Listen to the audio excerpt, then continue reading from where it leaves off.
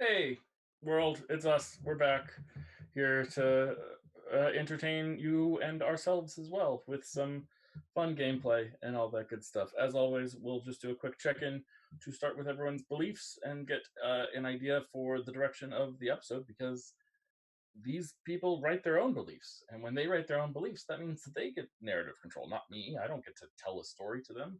They get to tell a story to me, and I get to watch. It's really fun. So let's check in and see what happens with y'all, as it were. We'll start today with Juniper.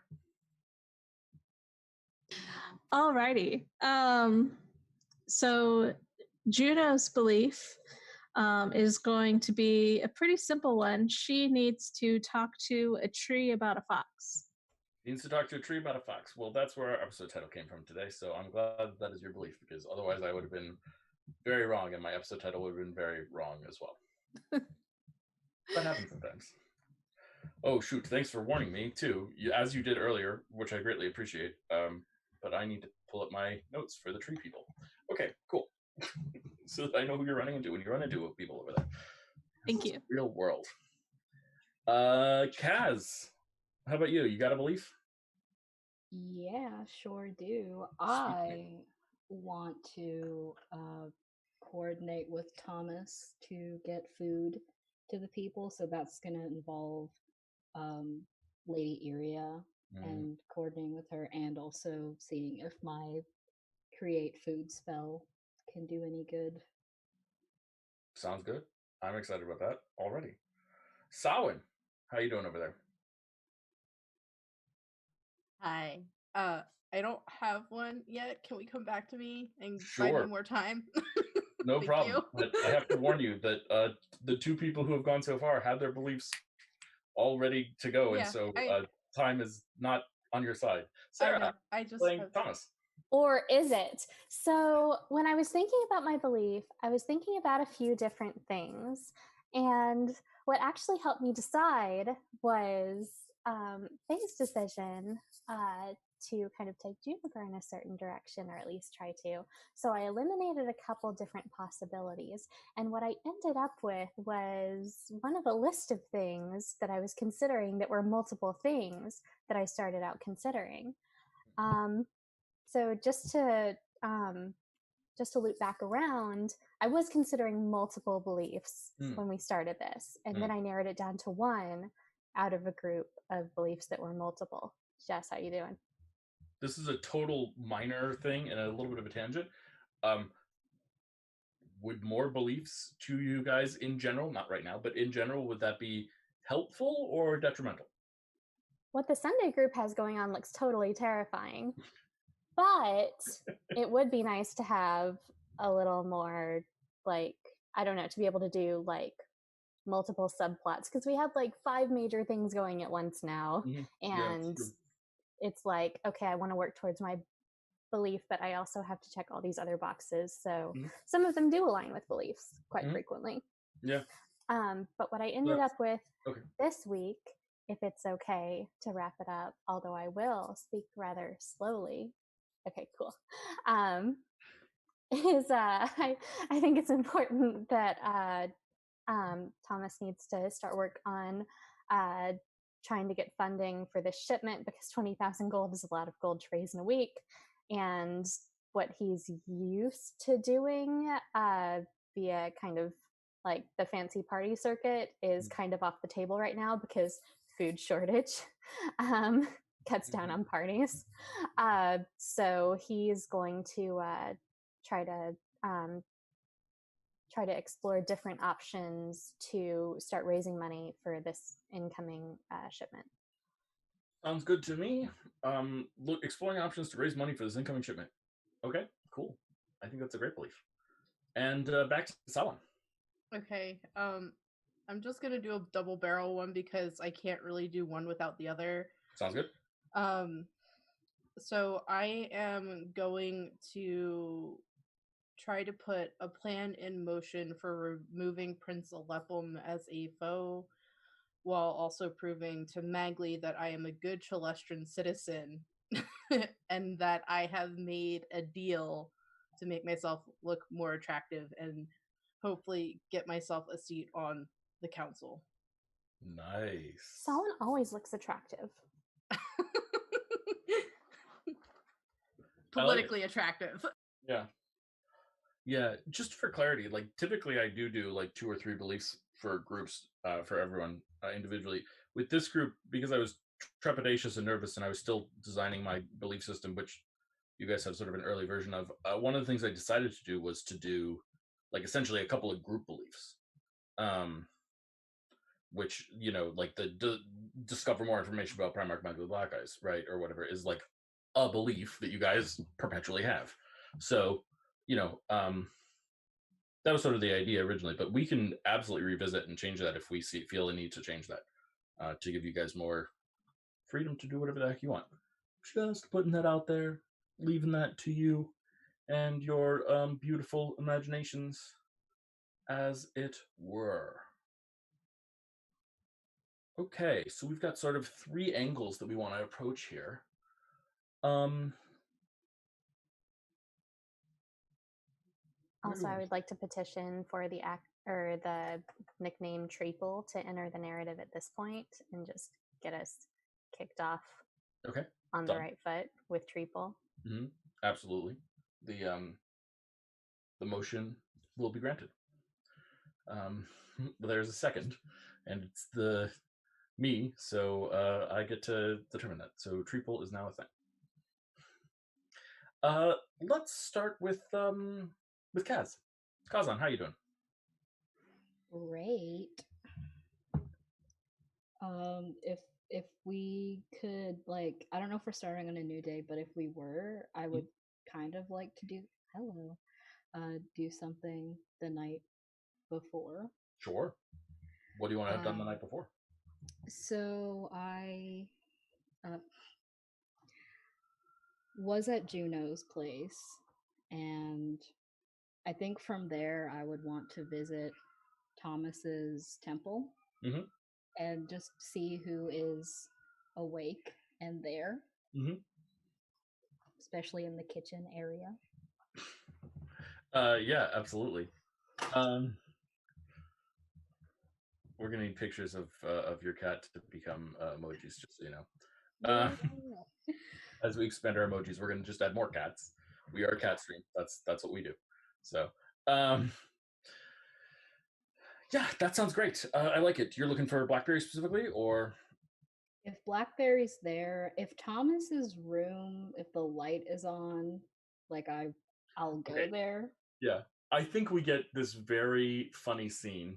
Pardon me for doing this to you, Thomas, but I'm going to do this to you rather than with you, and I apologize. But I think we get this very funny scene where Kaz, you walk to like Thomas's door, and you like peer through it, and you see Thomas being incredibly paranoid about a letter that he has received. Just like touching it and like sniffing it for poison, and then pulling out like a letter opener to touch it as little as possible to scrape it open. And I think you can tell that you could talk to Thomas, but perhaps you should come back in a minute or two after he's finished reading this letter. Okay, I'm just gonna pretend I didn't see that. But if knowing he's awake, I'll probably wait outside the door a couple minutes. Mm-hmm. Yeah, Mercury, not too long later, comes to the door and pulls it open with a little pseudo dragon claw and pops his head out and then says, "Hey, boss, Kaz is here." Oh, Kazan, I think your patroness might be trying to have me murdered, or she wants to do brunch, one of those. She wants to do brunch. That's reassuring. Yeah. And Mercury just flies out to go deliver the letter back. I know the two sometimes go hand in hand, but this time it's just brunch. Not murder brunch. I shouldn't wear black. I mean, you can if you want. You do look very well in black. Exactly. Yeah, I had a talk with her, and it looks like she's someone that we can rely on. That is highly reassuring and decreases the likelihood of murder. So, yes, that sounds wonderful, actually. Because guess what? We have a week to raise 20,000 gold. Well, there's a lot of grain coming. Good news. That is good. But another good thing is the talk with Lady Iria means that, well, she said that she is acquiring funds and asked me what to do with those funds. So this could be one thing that it could be redirected towards. I mean, honestly, it seems a little serendipitous. Well, something had to go right eventually, right? I suppose we can put that in the things going right column, because I woke up in a cold sweat, like just at I think 2 bells this morning, just realizing how much grain is coming to this city, and there's there's a lot of administrative work to do. Because I'm just going to I'm just like I'm fine. It's fine. deep breaths. So hopefully the money part, at least I don't know how much she's gonna get. I don't know what it'll be, but it's Yeah, the country's a something. little precarious. I imagine that people's credit is decreasing at the moment, but see what we can do. Well, I could also provide some cushion. I've recently learned a spell that would allow me to produce a certain amount of clean food and water. I actually came by because before I rested for the night, since I didn't use those spell slots. Well, so wait. Over the table, is this night or morning? This is late night. It's like bedtime for you. Oh, okay. You stay up late and get up early, but for most people, this would be past bedtime. No, absolutely. That actually sounds wonderful. Do you know how much you can do? Have you ever done this before? I've been just pumping raw magic into Brother Sky Song's garden and trusting him to have new dirt brought in, but I literally think he's about to kill me. Well, we can't have that. Tonight I can produce, each spell can produce 45 pounds of food and 30 gallons of water. It'll stay good for 24 hours. Basically, it can feed about 15 people. And I can do that twice tonight. I trust your math. Yes, you should trust my math.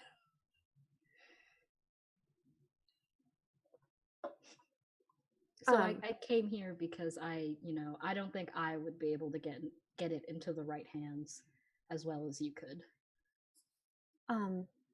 No, seriously, that's a huge boon. Something that we haven't been able to reach out to as much is people within different communities that have a difficult time making it all the way to a temple or to a kitchen, and don't necessarily have anyone who can bring it to them. I was actually thinking of communicating with a friend I recently reconnected with. Why do I forget her name? Oh, because a massive, earth-shattering thing happened right after we spoke, and I can't remember my old friend's name who's currently unhoused. Iska? Nope, Iska was in the shop. Venetia? No, like that? Venetia's No? dead.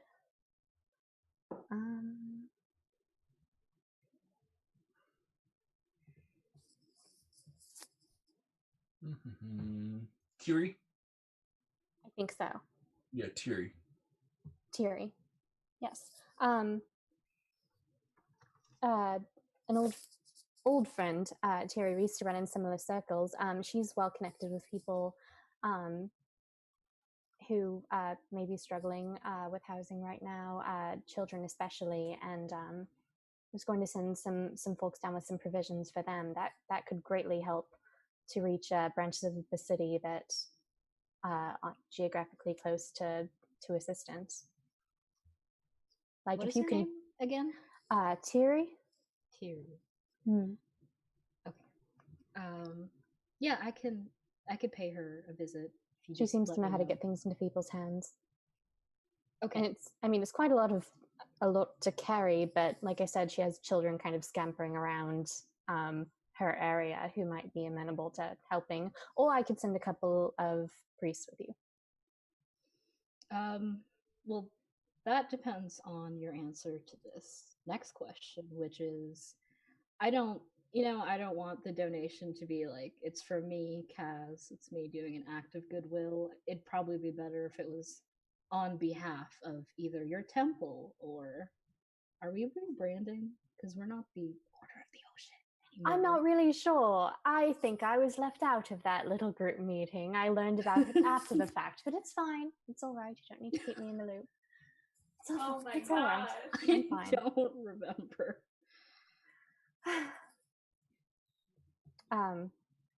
But if we are, we should probably make some sort of decision on that. Honestly, if those who a certain someone might have been speaking with, who fucked up the Soulwood Tavern recently, if he's able to tell people, oh, hey, this group has been killed off or, scattered to the winds, they might be less suspecting of a new group. So Perhaps. it's I hard guess to say. that's what I'm wondering is, should we get rid of that said someone first and then rebrand? Or,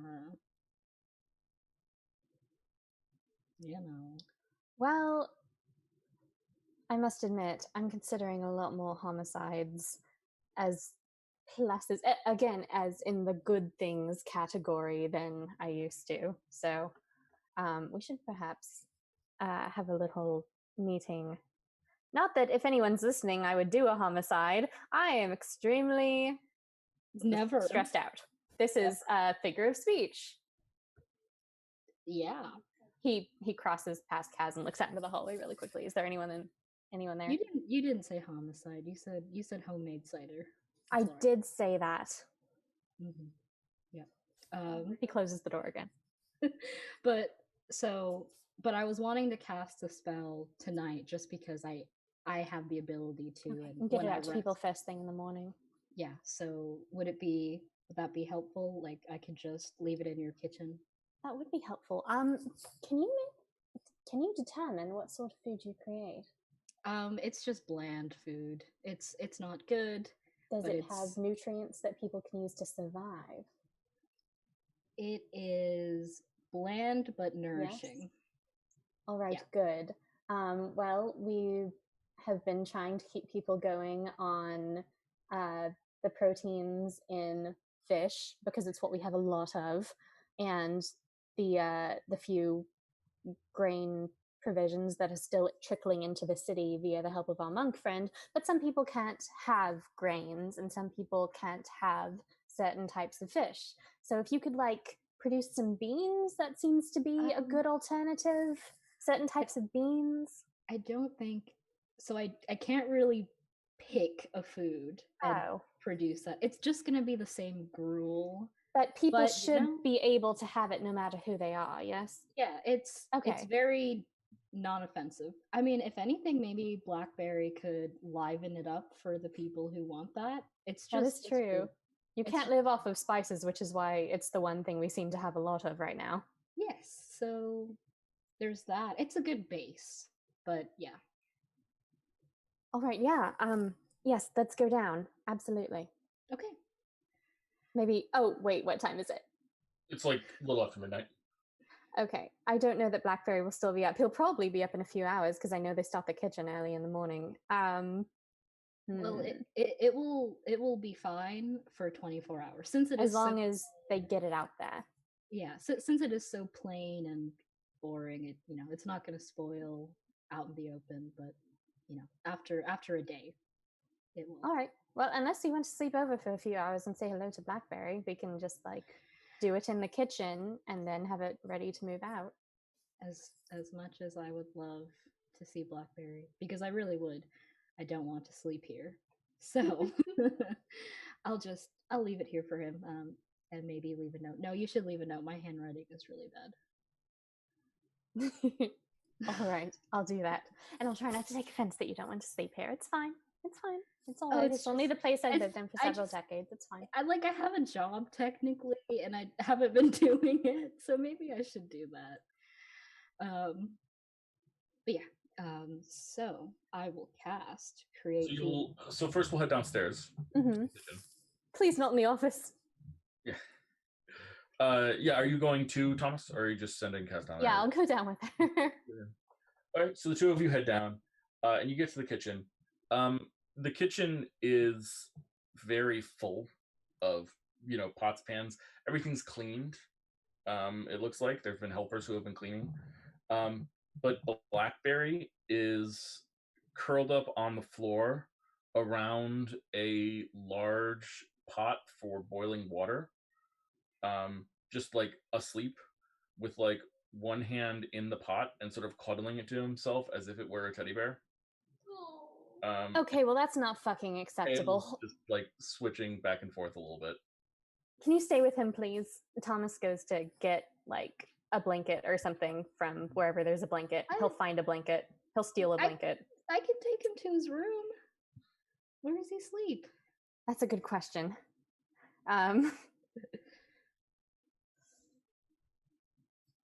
We'll find it. We'll find a pallet where there's no one, and we'll put him there. I want And to leave a menacing note. very gently lift Blackberry up, just like. Yeah, I feel like there's a check here because he's holding a big metal pot. Yeah. What if we just gently lift his beansies free from the pot? Yeah, just. Oh my god. Wait, hold on. I've got this. He finds like a bag of like cloves or something and like a little sack, and he's gonna like slip it in there like Indiana Jones. I love it. Yeah, so you slip it in there like Indiana Jones and pull out the metal pot, and he just like clutches it to himself and starts like curling up and sort of sniffs the cloves, just like.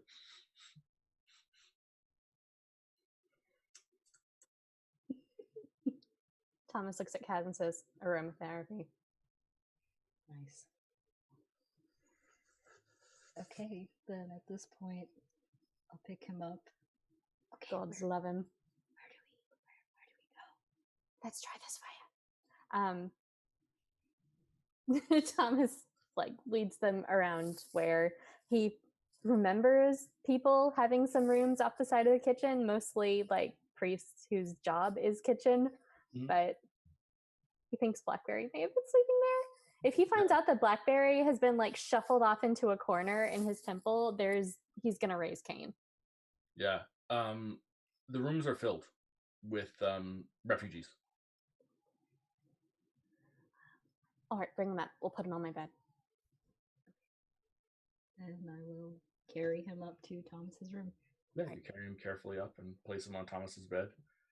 He doesn't let go of the clothes. He holds them quite tightly. That's all right. My sheets are going to smell amazing. All right, let's go. Okay. Then I guess we head back down to the kitchen. And at that point, so would there be room for all this stuff? I imagine there's going to be some long tables people are used to eating at. Absolutely. Like, they haven't put out any of the tables are there. The dishes are like stacked right in corners and in sides where they should be for like preparation in the morning. But they still have long tables for like food preparation where they'll do like sandwiches one day or whatever, and they'll just have like a train of people with all the ingredients for sandwiches along this massive like it's a table, but it's like a table that was made by shipbuilders. So it's a very heavy duty big wooden table that just cuts through the middle of the kitchen. Then I will cast Create Food and Water twice. Beautiful. And there you have it. 90 pounds of food and 60 gallons of water.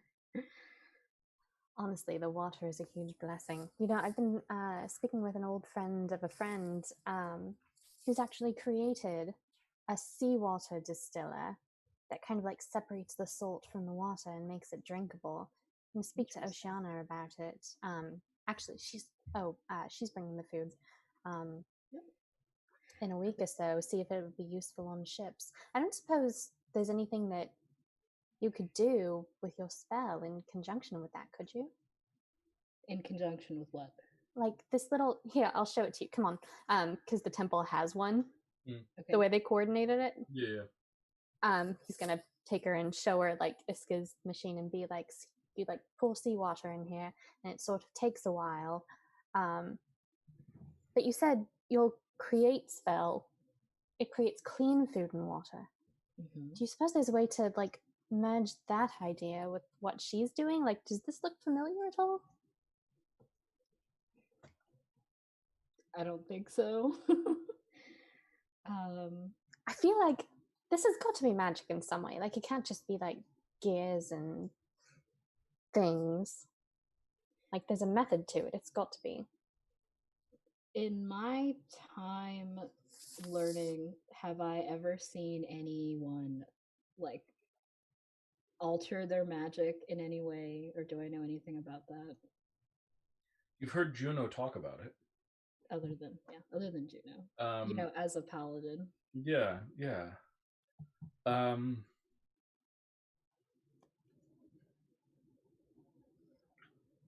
I'll say this. The Kava definitely has ways to purify water. Lots of them. Both magical and mechanical. Okay. So I personally don't know, but someone back home might. If there's a way for me to get in contact with them, maybe I could ask. I don't really have any means to do that on my own. I suppose I could ask Lady Iria. I don't know. Does she have contacts with your home? Did she ever say that, or am I just imagining that? She knew who you were and knew that you were from there, so she implied something, but she never said. Right. I think she might. I'm not sure, but Fascinating. Right.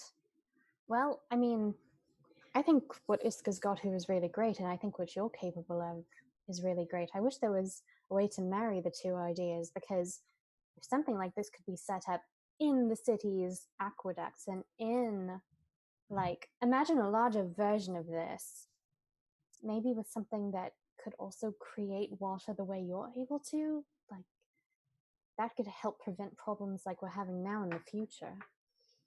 It wouldn't be cheap or easy, and I don't think it's an immediate solution to what we've got going on now, but it kind of raises the idea. I don't know about creating water, but purifying water is more of a possibility. Right now, my ability to purify water is very limited and small, but perhaps I don't know how they did it back home, but perhaps there are answers there. Thank you for, I don't know, for looking at this machine with me. Sorry. Why are you thanking me? We do things like this all the time. We work together. We're a team. I know. I suppose feeling a little loopy with everything that's going on, and I actually haven't seen you in a bit. Are you doing all right? I was just about to ask you that. Oh, fancy that. I mean, how are you feeling? You first. I mean, a lot has happened. I've been worse. I think I have a glimmer of hope now, and that's helpful. I wasn't doing great before, especially with all that business I was involved with while I was away. And to be honest, I'm very nervous that it might happen again, and I'm also afraid to make any contact, in that I will remind them that I might be needed. Honestly, if you believe in some sort of afterlife, that sounds like sort of a hell dimension. I'm so sorry that we didn't realize what was happening. Even if for a you didn't. month. I don't know what you could do. It feels like in the course of a month, could have figured something out, and I'm glad you're home. For now.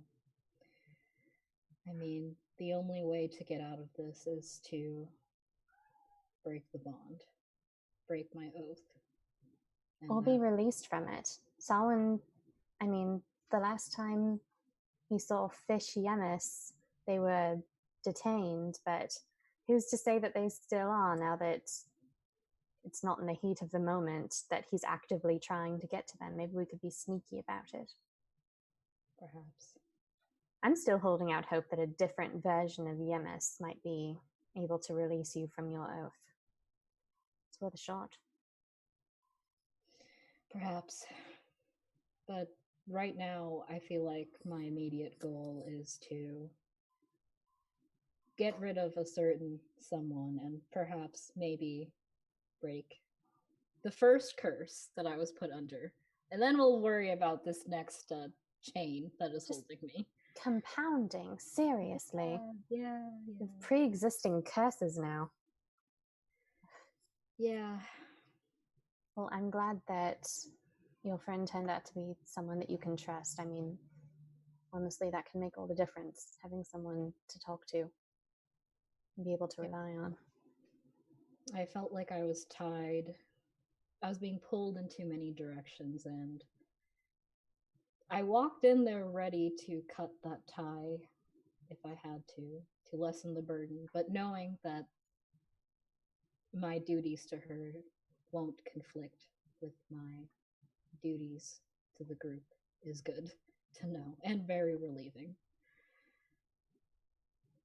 It's nice to be pleasantly surprised by the people you care for. It is, actually. Very much so. You know, we haven't had, like, all of us, like, we haven't had, like, a nice lunch or brunch or dinner. We did blow up the Soulwood Tavern. Yeah, I feel like we should do something, right? Like, you know? Well, I don't know where we're going to find the same quality of potatoes without Gahas, but we'll do our damnedest. Yeah. When there's potatoes again, feel a little guilty about it right now, having a picnic when the city's like this. Maybe we'll celebrate with that. Yeah. I mean, it doesn't have to be a picnic. We can, like, have some tea and scones. That is true. Speaking of purified water, would you like some tea? Yeah, that'd be nice. I mean, I had some at Juno's. It's caffeine free, right? I kind of have the jitters already. It can be. Yeah. There's a knock on your door, Thomas.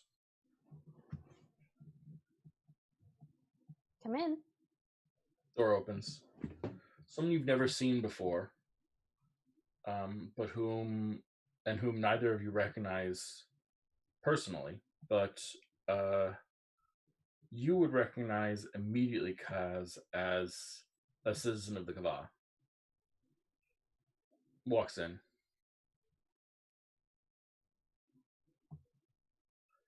May I help you?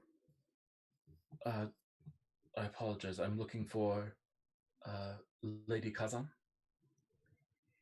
How did you know I was here? We ask who's asking before we confirm that's us, darling. Oh. Who's asking? Good job. I'll be over here. You're doing great. Pardon, I did not want to take much of your time.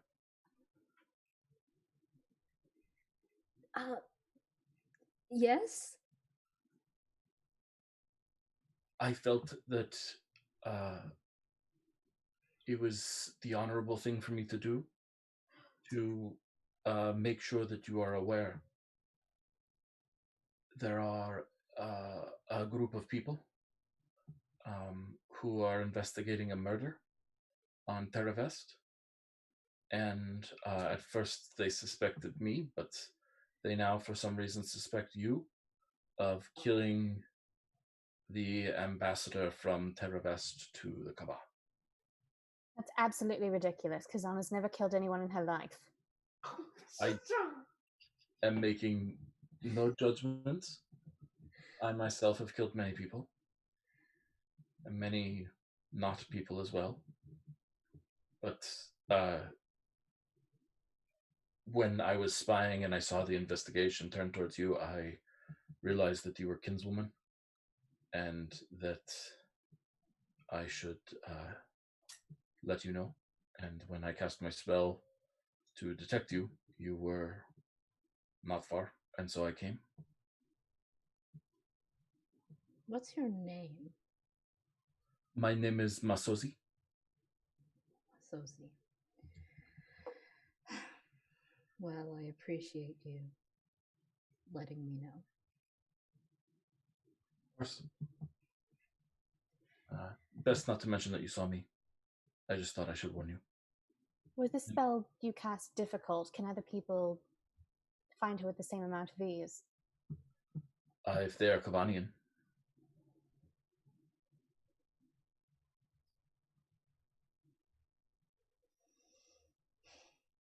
No stress. Do you have more to ask, priest? You seem the inquisitive one. Only Very concerned still. for my friends. Yeah, he's very still in the way he walks. There's like or in the way he stands, sorry. There's like an aura of just like you can't see him breathing. He just sort of holds himself, his posture. It's not stiff, but it's very like poised at all times. He doesn't fidget. He just sort of stares. And sorry, what did you say?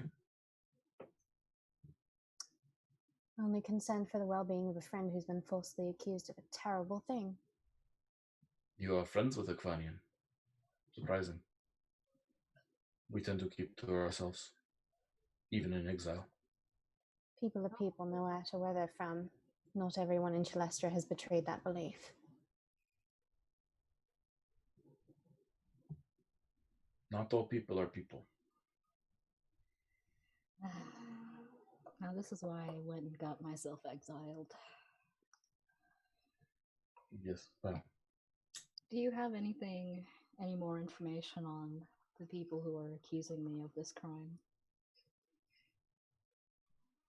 They have not accused you yet. Their investigation is pointing towards you, but they are the chosen of the Kava. The Kavani chose 5 people to come help with some issues that they felt outsiders would be Bless better you. than insiders. Those 5 traveled to the Kava, and I would say made said problem substantially worse. But what do I know? I too am in exile. And then returned to Terra West. Why were you exiled? Terrorism. Sorry? I killed people. Lots of them.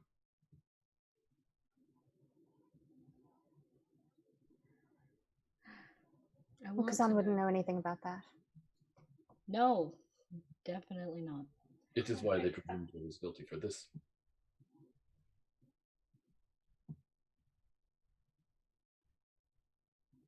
Do you think they'll be paying me a visit then? I know not, but it is certainly possible. The dead man, the ambassador, he was a friend of mine, but he is closer to them.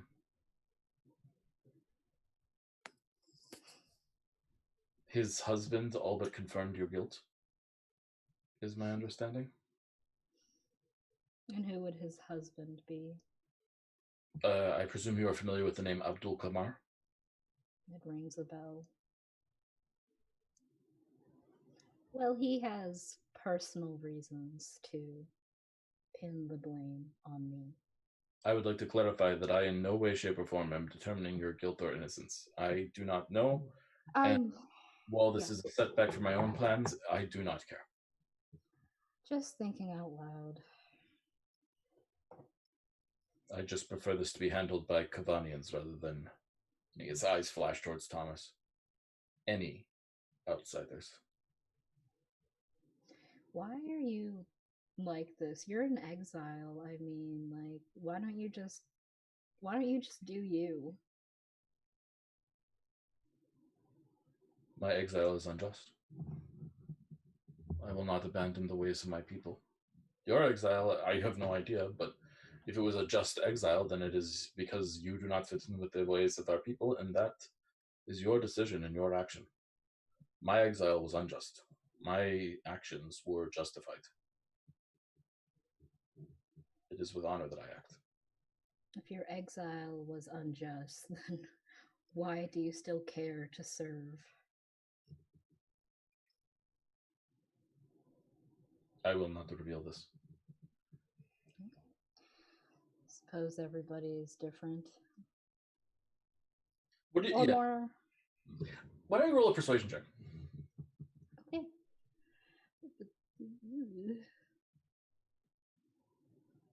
18. He weakens for a second. He like sighs, and you see his chest move. It's the first time his chest has moved this entire time.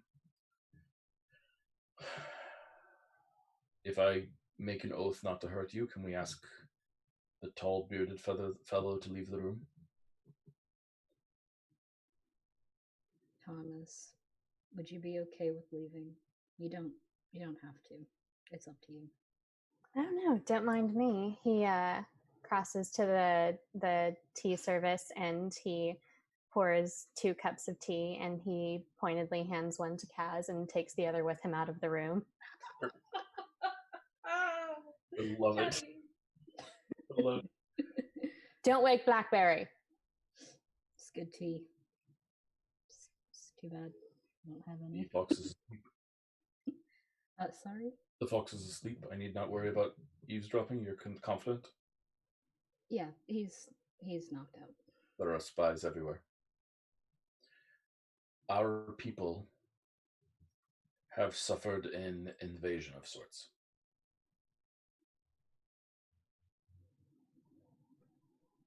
Their minds are being taken against their will. They are being converted to not our people anymore. Or I would say not even people. What has become of them? Much the same. Political infighting. I received evidence for this. I presented evidence about this. I was laughed at. I presented the possibility that we bring in outsiders to solve the problem. I was laughed at. I tried to solve the problem myself. I was exiled. And then they did my plan, bringing in outsiders to solve the problem, except the outsiders that they brought in made the problem worse. And now these outsiders hunt you. Maybe to convert you. Maybe to replace you with someone else. Replace? What good would replacing me be? I have no place in the Kava. I have no influence. Expansion. A plant? Expansion. They seek to expand.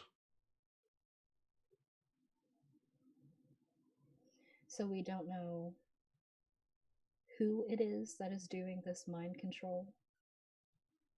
Or do you have any idea? It is a species, not a who. Species. Yes. Brain slugs, they are sometimes referred to. They don't have an official name. They were pets of outsiders who grew sentient and freed themselves.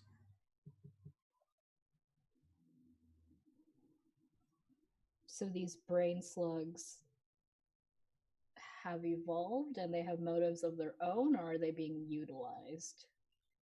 They've evolved. They always were intelligent. They were just enslaved and now free.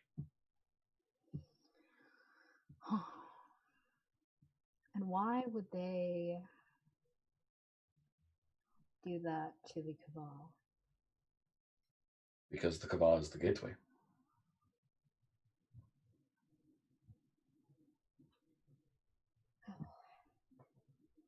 This is so above my head. Tis fine. I just wished tis not your problem, tis not your business, tis not your issue. I am working to solve the problem. And if I need allies, I will not come here. But I thought as a sign of goodwill, at least, I would let you know that these people seem to be suspecting you of a crime. Whether you committed this crime or not, I know not. I know that I did not. And that is all. I appreciate it. And even if I am in exile, there are still people I care about. And if you need help and it's something that I can do, then I suppose in exchange, you can let me know. I will let you know. A pleasure, Kaz. Kazan bint Nazma, al Nujum. Al Nujum bint Nazma. Pardon me, it had been many years since I heard your name. You've heard my name before. The exile was brought to my attention, yes. Huh. You said you didn't know why I was exiled. I had forgotten until this moment. That doesn't track. There's a lot going on. No. Have you ever had a busy month? No. Much going through your mind? I've got lots of free time. Sarcasm. Humor of outsiders. I must go. Fairly well. Fairly well. Oh, you didn't give me your full name. You know mine. Masozi. Will do. All right. And he turns and opens the door. I assume sees Thomas standing there, sipping tea.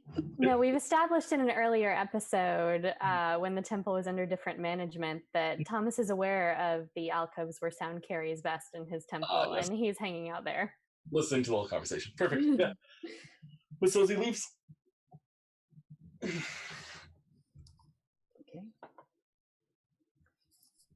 Okay. Did they say the name was Masozi Wildew? That's such a strange last name. Oh, Masozi will do. Are you all right?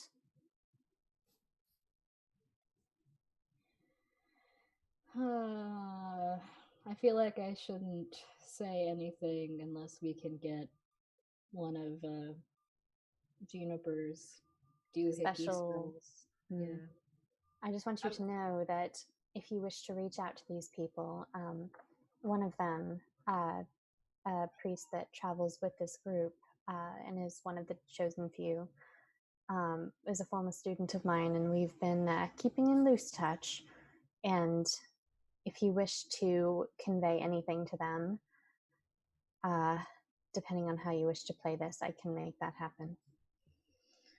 I'm not really sure how to. No, not now or play at any this. point in the future. Just if you come to a decision, we can facilitate communication. Is he a good person, as far as you know? He is very interested in everything having its place and in things being put to order. I believe he is just. And very clever. So either way, maybe we don't leave this too long. They will figure it out. Well, I suppose this was bound to happen. For now, I think I need to get some sleep. And What a concept. right? Are you feeling all right walking back? Do you need to go with you? Oh no, no, please. Then I would just worry about you on the way back. Are we meeting tomorrow as a group? That's an excellent question. We can certainly try. We know where Juniper and Solon live. We could try to ambush one of them first and then all go to the second. I do have that meeting with your lady area. Right. Let's try and meet in the morning before that. I think we need to all talk in private about all the going-ons. Naturally. Don't get arrested. Don't get assassinated. I can't promise that, but I will try my best. Thank you. I'll tell you what I tell Alden. Please watch your fucking back.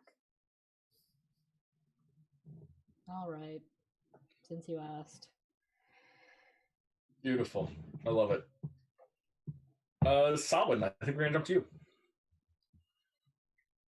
So it's the next morning, I think, if that's all right. just to keep time moving at some sort of pace. Yeah, that's fine. Mhm. What time is it? Has Uti and Josen moved out? Have they found a place? Mhm.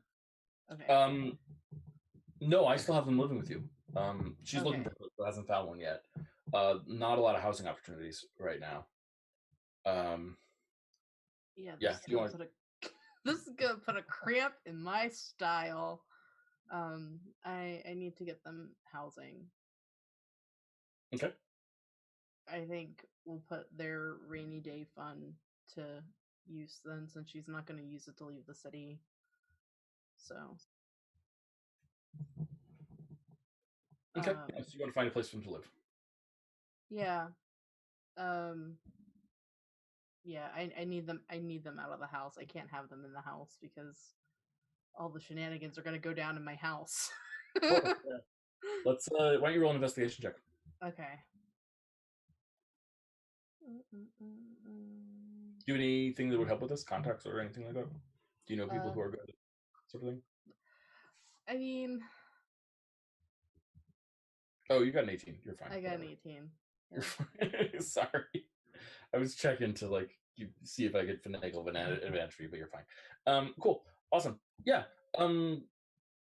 Determined to get them housing. You are able to find a place that she deems acceptable. Acceptable for her is like some degree of affordable. Based on her previous salary, she doesn't have a job right now. But she's sort of hoping for something that's around that, so that like she knows that she can afford it when she gets her job back. Is what she's hoping right now. Although again, she doesn't have a job back yet. So yeah, you're able to find a place. It's in the dock ward. Okay. It's someone abandoned the house, and so it reverted to ownership, and now she gets it. Cool. Yep. Then I get them set up in the house, so they're out of my house. Nice. That was a short interstitial scene. If you'd like to do another scene or building scene, or the building scene. Yeah. Sawan needs to go do research about Rusty, the architect.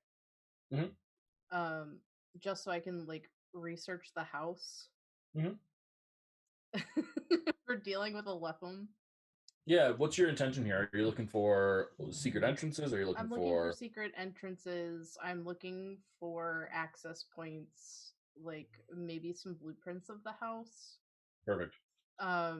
Just so I know if I go in by myself, then I know enough of my way around to like escape if shit gets bad. Yeah, sounds good to me. Awesome. Let's so we do that. Yeah, I think it's another investigation check here actually. That's fine. Yeah. That's a 14. Yeah. So you don't find like secret blueprints of the house or anything like that, but you find basic blueprints of the house. And you find that the house has a sewer entrance.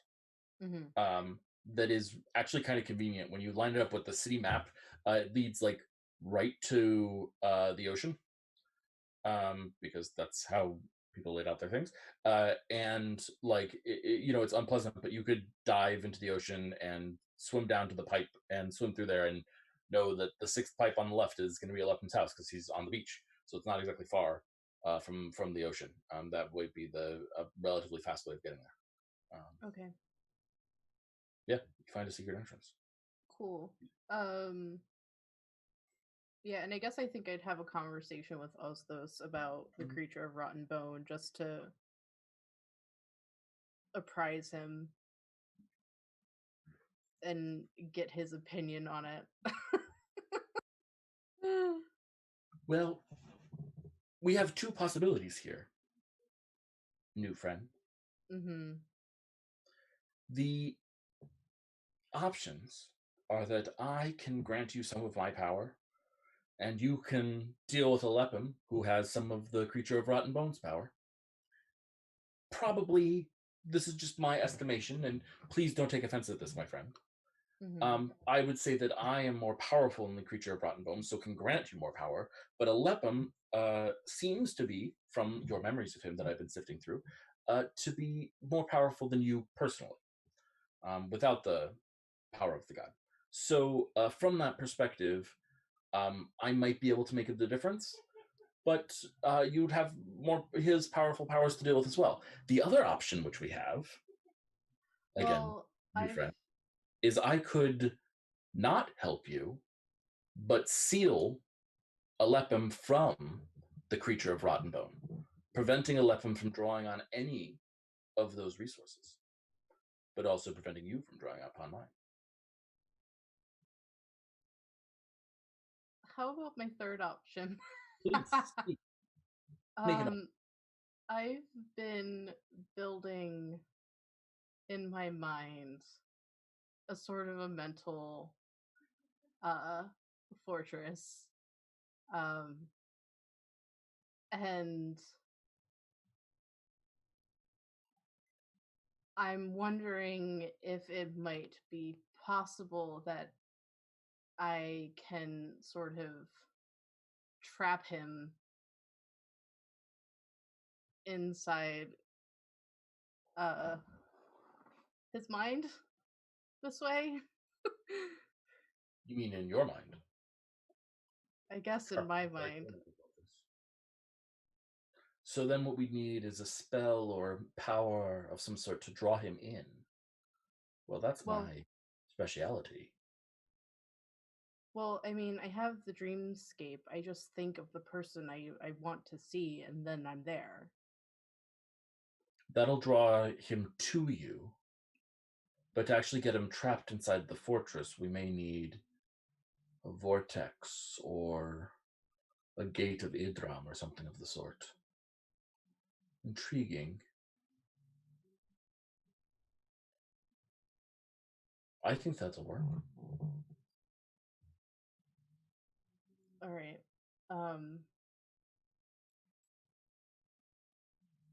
I don't know how long that, like, putting a plan like that into place would even take. I don't think I have. And then, like, someone stops and goes, "Let's go back to the house. I have to call upon somebody, and then maybe I'm gonna call upon Algernon in my dream space, see if he can hook me up with something, and because I'll be doing him a favor." Absolutely. And a favor given is a favor owed. So I love it. Yeah. Okay. Yeah. So you're heading back to your space to hook up with Algernon. yes. Okay. Cool. I'm going to return to you shortly, but I think I want to check in with Juniper first. That's fine.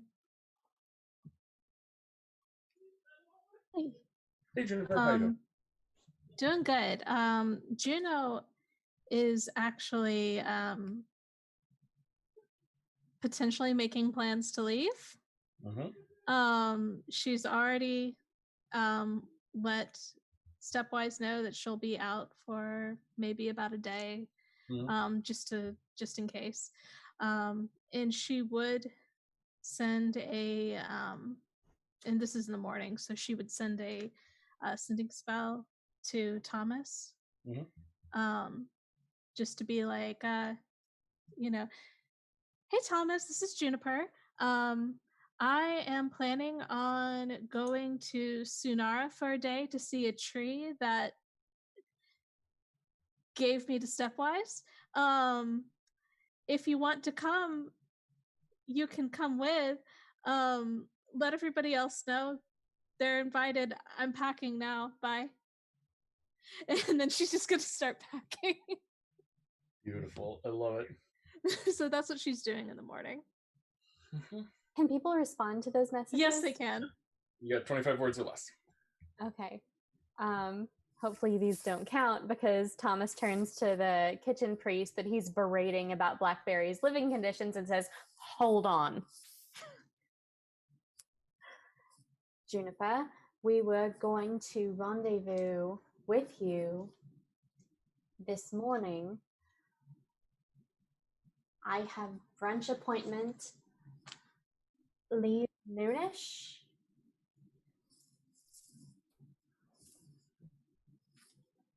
Okay, well she can't respond to that. So well, God knows. Yeah, so she'll plan to go to the brunch appointment, but honestly she's just making plans to go. So she's got her book on etiquette, which has like 2 pages on Sunaran etiquette, and it's terrible. Yeah. And it's just mostly just there to say like, these are elves. Elves look like this sometimes. Sometimes they also look like this. This is a tree. Elves like trees. Like, that's it. So, but she brings the book anyways, just in case. But yeah, her big thing won't be until after brunch, I think. Okay, sounds good. And let's see. I'm just going to do this now because I feel like this is the appropriate time. So, in your etiquette book, which apparently also is a little bit of a guidebook, you come across a page which you've thumbed through many times but never paid much attention to before. And on it, you see a full-page color illustration of a tree, and underneath it, it's labeled Old Zaka. Okay. That's where she's planning to go. So yeah, she'll is there anything else on the page? Nope.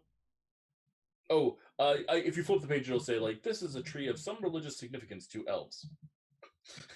Okay. Along the same lines. Huh. Not sure what the significance of that being in this book is. I don't even know when she got the book. But yeah, that's the tree. So she just will try to remember what that looks like, but be like, it's probably huge, so I'll probably be able to see it. And yeah, she'll head over to the brunch place as soon as time has come. Okay. Yeah, absolutely.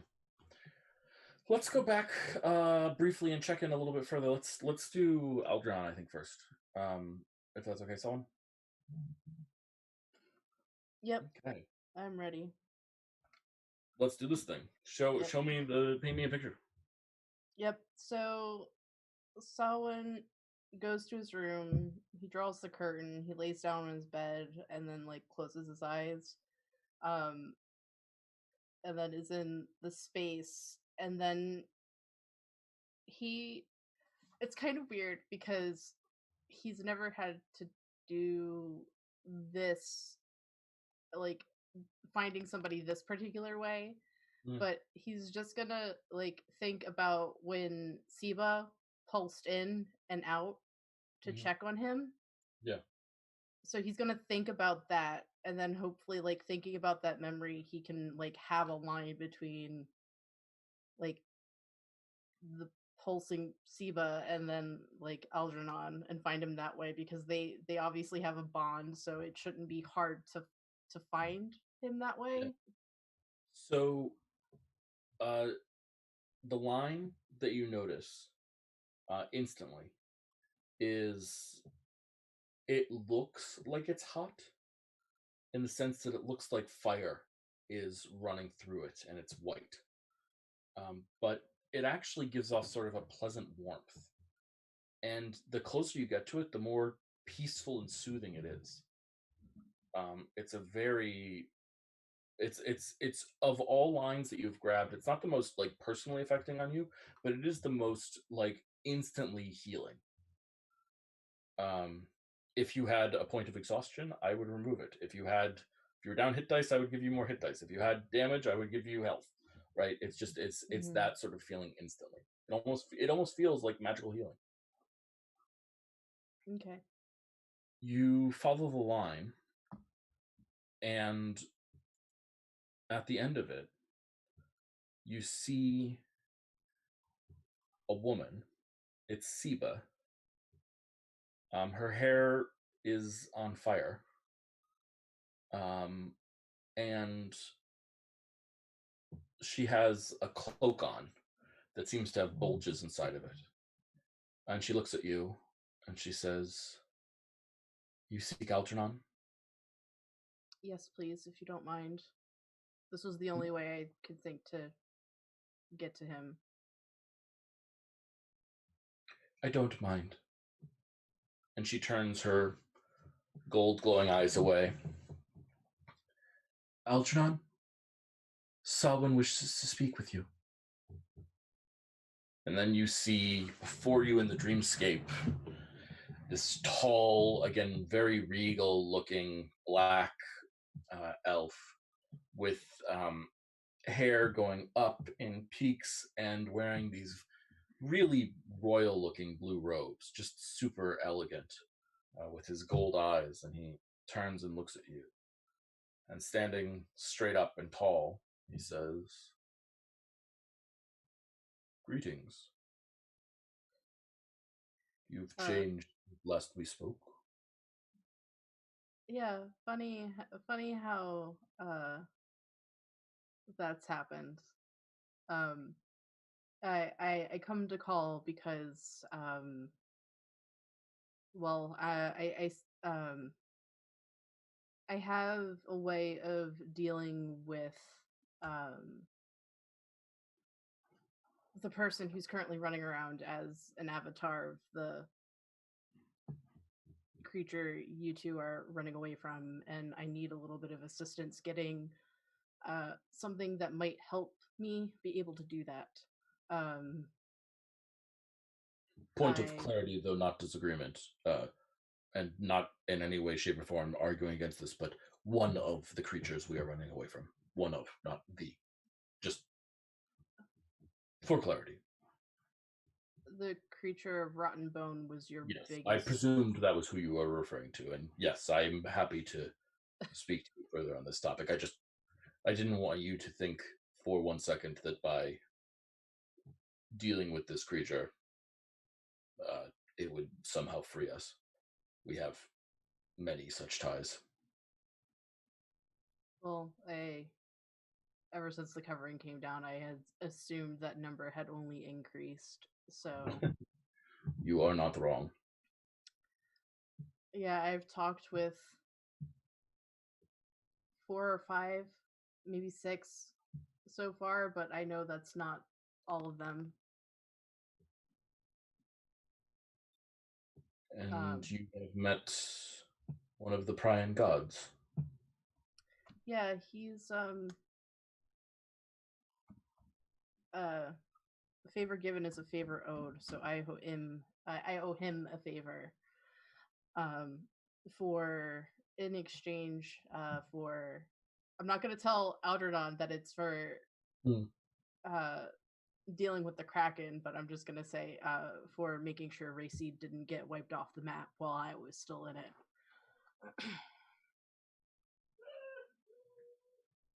Power is always tempting. Yeah, I'm just going to let him think that. I'm not going to like rise to that. Yeah.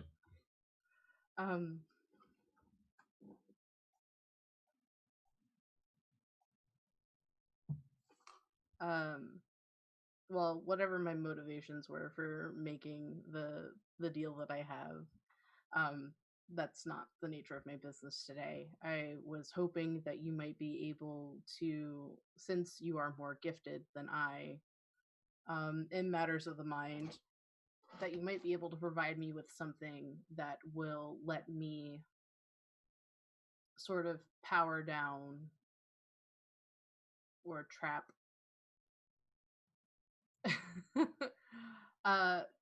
trap the person acting as an avatar for the creature Rotten Bone in my mind, or trap them in their own mind. That is the intent.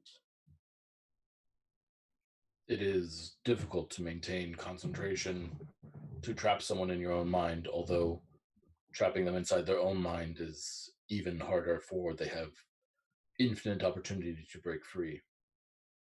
So eventually they will. Are you prepared for the exhaustion that comes with holding one such as that?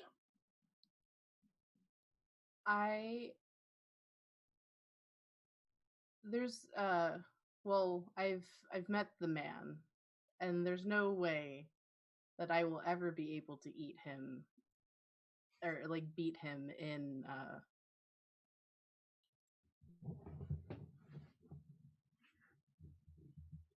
hand-to-hand combat.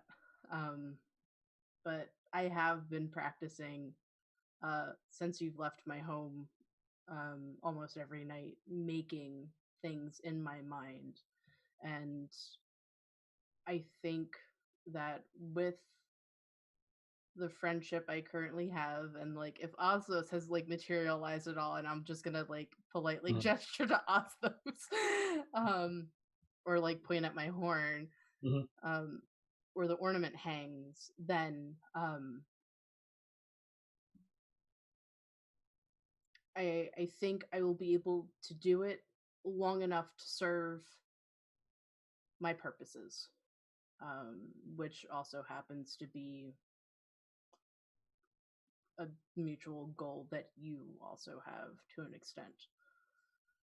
Because if he's running around and he's quite a skilled assassin, it's one less thing for you both to worry about. He looks at you and then looks to your side where he sort of waits patiently for a second, then Ostos materializes next to you. Again, as the fat halfling, dark-skinned, wearing huge numbers of jewelry. And he looks at Ostos and says, Ostos, you are assisting in this matter? Ostos says, yep, sure. Hi, Algernon. How you doing? I am well enough. Good to know. How's Siba? And he winks. Algernon says, that is none of your concern. I would rather you were nowhere near her, as I'm sure you know. Oh, I wouldn't be if it weren't for Samhain. Yes, I can see, and that is the only reason why you, trickster, are allowed anywhere near here. Do not think that I have no clue as to what your long-term intentions are. Samhain may be helped by you for now, but I know you of old, trickster, and I know what you're truly after. And neither I nor Siba will ever help you. Sure, not asking for help. Well, I guess someone's asking for help, but I'm not asking for help. Wouldn't ask you for help with my designs. You're all like, formal and stuff. Yeah.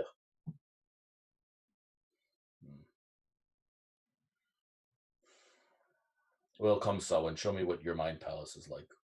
Yeah. May I take a look? Be my guest. And he walks towards you and just puts a hand on your head. Yep. And you feel him dive into your mind palace. Okay. Cool. How far is he going in? I don't have all the rooms designed, but... Yeah. I mean, his goal is to just get a sense of how, difficult it would be to escape. Yeah.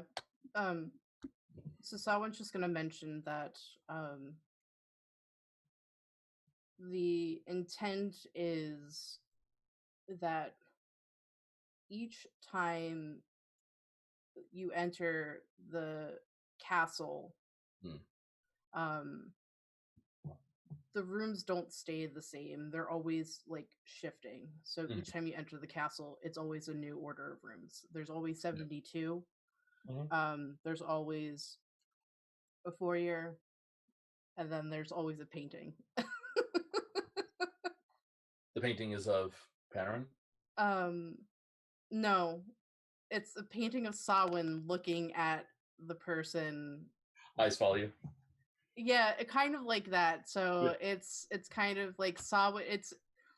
It's not like the very formal family portraits that people used to do. It's basically like a portrait of Samhain with his hands folded in front of him. Yeah, just sitting in a chair watching. There's nothing else around him. It's just him in a chair, always watching. Yeah. Can you roll for me, Salwin? This would be the base would be a Christmas saving throw, but any spells that you want to add to this, or could possibly add to this. Don't cast them now, but just could possibly add to this would have bonuses or effects. Anything, mental fortress or yeah, I don't have. Or... Yeah. So hang on, I have guidance. Perfect. My non-detection's up, but I would probably do another one on the castle, I guess. Perfect. I'm just making notes for myself later. Castle. Let's see, what else do I have?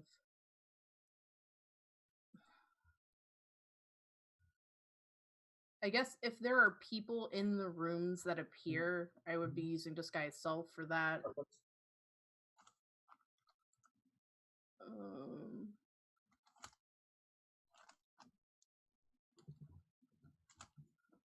Arcane Lock is another Perfect. one I have. Perfect. I don't know how many you want. No, I'm just looking for what you're doing there. Yeah. That's pretty good. And darkness. I have darkness. Perfect. Yeah. Yeah, every bit helps. Is sort of the idea here. The goal is to make it as hard for them to leave as possible. So anything that might be able to keep them stuck is... I also have planar binding, and it lasts an hour, but I figured since time is weird in the dreamscape anyways. Yeah, absolutely, you're right. It'll apply. Yeah, okay, so I'll also add that. 100, 120, 130, I see there, 160, 162,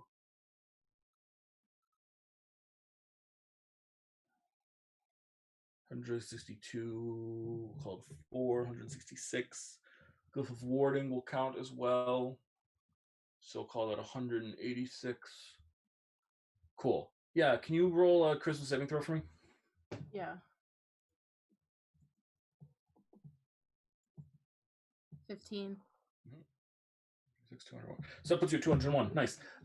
Yeah. So Algernon examines everything and looks at everything and looks through the spells that you're using to reinforce this and looks at you and says, this will hold him. I don't know if it'll last indefinitely, but it will hold him. I just need to hold him long enough so I can deal with him physically. You will find from the experience that spell energy that you typically have will be spent holding him rather than able to be used the way that you normally do. Not all spell energy, but some of it will be just reflexively spent there. A favor given is a favor owed. It is my price.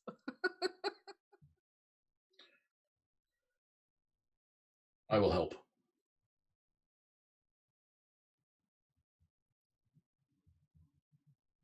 Is this today?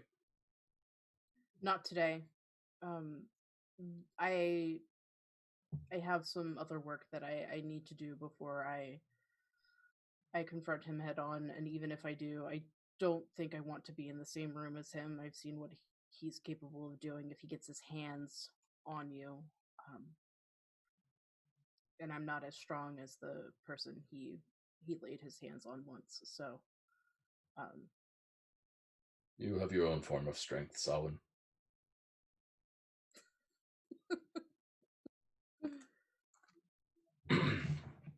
Yeah, well, I hope it's enough. We will see. Give me a day. I will visit your house the morning of. You shouldn't hold on to this power longer than 24 hours. It may start seeping into other aspects of you, and that can cause a mess of problems. What power? The power I will gift you to aid you in the destruction or capture of the creature of rotten bone.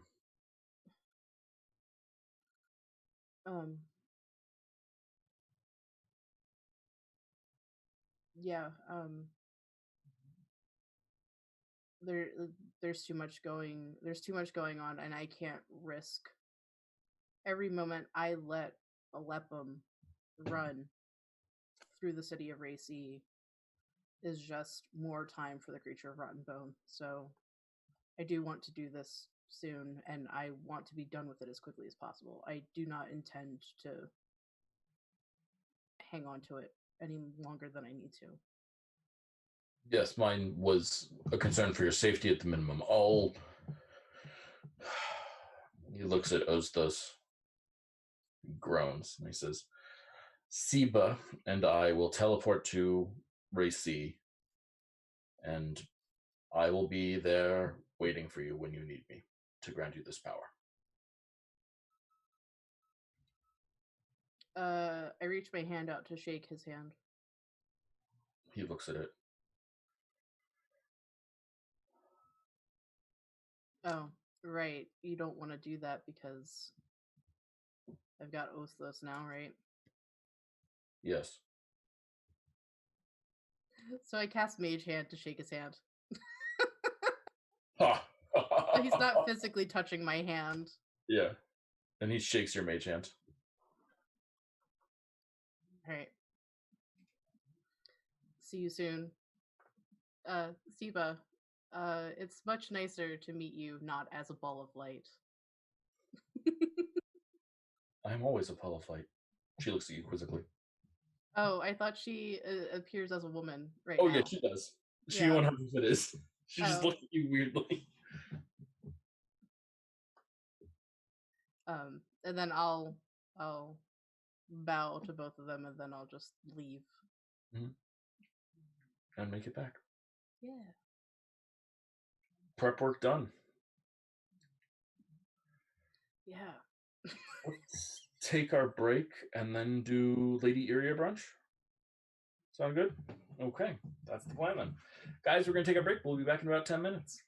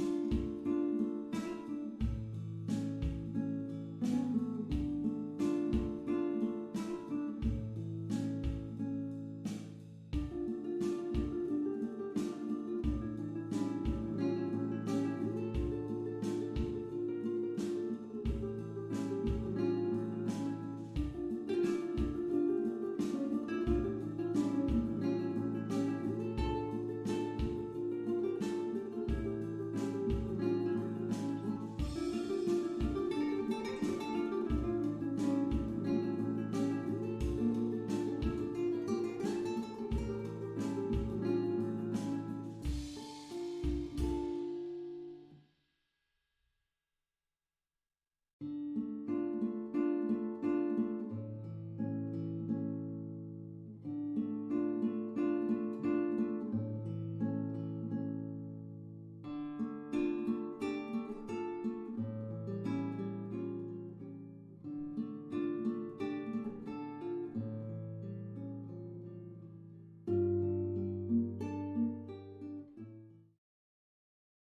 everyone, we're back. Whoa, my light is really awkward. The light in my room burnt out, and I don't have light bulbs, so I am using something else to vaguely illuminate something that's vaguely illuminating something that's vaguely illuminating something. Anyway, hi, we're back. As always, at the top of the second hour, we'd like to take a second to encourage you, yes, you who's watching this show, to recognize that you have some degree of privilege. You do. I don't care who you are, you probably have some degree of privilege. It's maybe minor, maybe a lot, who knows.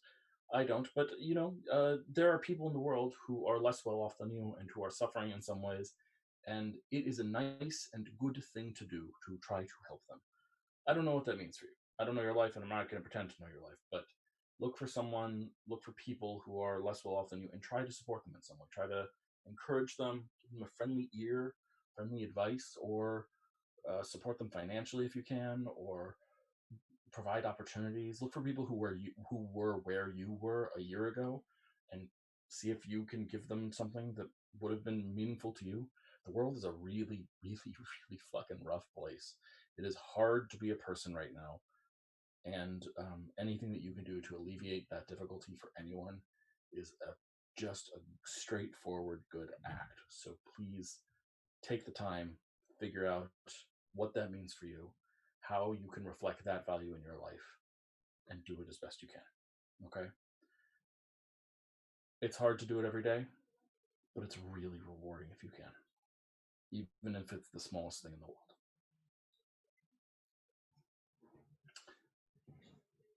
Let's dive back in. Thomas. Brunch. Mm-hmm. Where are you going for brunch? Well, he is dressing up nicely, and he is heading to Lady Aria's after he takes the priest in charge of the kitchen aside and gives him an earful about Blackberry's conditions. It's not my fault. It's not my fault. And I wouldn't have known a goddamn thing if I hadn't come down here with a donation. He hasn't complained. He's been working his ass off over a month. Please. How is this acceptable? High Priest Thomas, I begged him to take a bed. I begged him.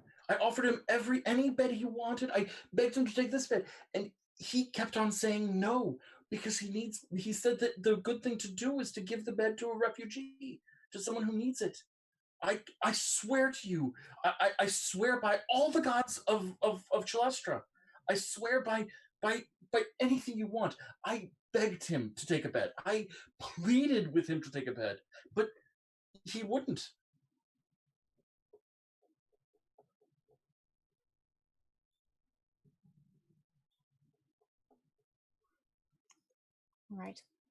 All right. I'm going to talk to him today. I appreciate your efforts in this matter. This is going to be resolved one way or another. Please, I would appreciate. Yes, Thomas. High Priest. I'm sorry I didn't want to have this conversation, but you understand with the way tensions are in the city right now, and I see this foxfolk who's working his tail off, literally, down here every day. Is it too much to try to make things nice for him? Not at all, Priest. All right. I'm going to have a talk with him. Thank you for your efforts. High Priest? Yes. Will you forgive me for yelling at you? I didn't mean to. I get Oh. sometimes. No, you're absolutely fine. We're all under an incredible amount of stress. Was your brother and his family able to move into that apartment, by the way? Yes, they got it. We're really close now, which is great. So, it's easy. I'm just like 4 blocks away. So if there's ever a crisis and you need another chef, please. It's 4 blocks. So Oh, no. send a runner. I'll come No, around. good, wonderful. And if they're still struggling, tell them to come by if they still need meals. I mean, it's going to be difficult for a while. Thank you for what you're doing. I appreciate the information. I'll work it out with Blackberry, and thank you.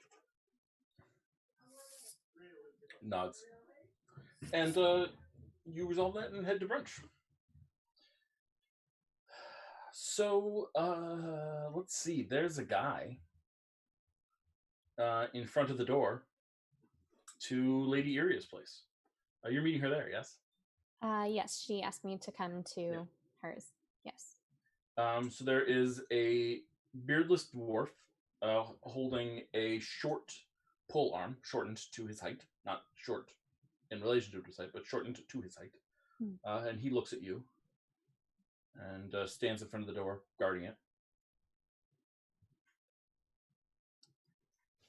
May I inquire as to your name? Thomas Dagmar. I believe we have an appointment. You are on the list. However, there have been threats against Lady Iria's life lately, and so it is in her interest that I would request that you submit to a search, despite the fact that you are a high priest. Because you are a high priest, I will not insist upon this matter, but if you would accept it, then you can have your meeting in private. Otherwise, I will be standing in the door listening and watching. Darling, I assure you, I have no weapons. If these looks were a weapon, I would hand them over, but unfortunately, it's not within my power to do so. All right, fine. Not that you're not incredibly charming and attractive, and he does a search for weapons. He finds nothing, of course, I presume. No, he doesn't really carry weapons. Yeah. I'll have you know that the room is spelled to make certain harmful magics difficult. Noted. Is it spelled in any other notable ways? Just typical light, comfort, warmth. Insight check? Yep. I imagine he doesn't know a ton of particulars, but it's... Mm-hmm. Oh my god.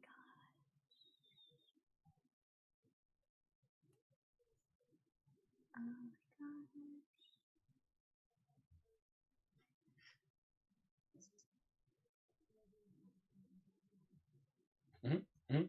Yeah, he's a guard. Seems trustworthy. Yeah, he's a guard, and he is. I mean, actually, you, Sarah, know this person. Even if Thomas does not, but this is her level bread. And he likes you. He's being professional, so he's not going to do anything or say anything. But you're cute. All right. Well, thank you for that.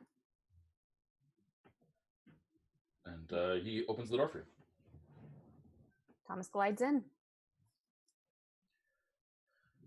I have tea prepared, High Priest Dagmar, and as well as some cookies and some toast, as well as some they're called pancakes.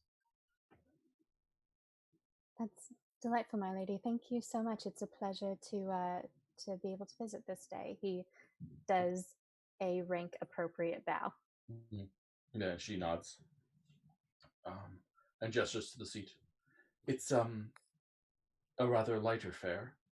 I have found a need to donate what food I can right now. I held back a little for this event, but I did not want to hold back too much with a city so desperately in need.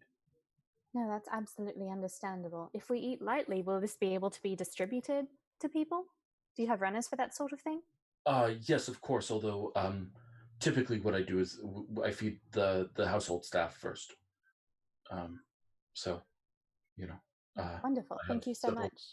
Several bodyguards and a couple of caretakers.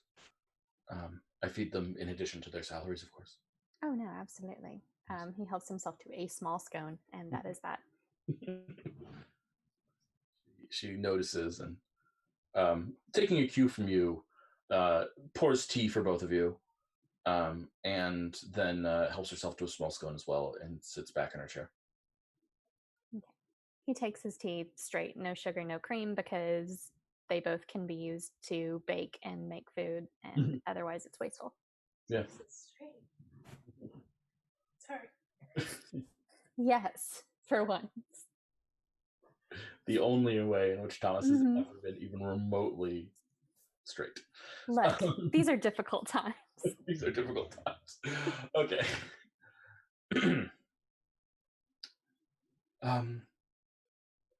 High Priest Dagmar.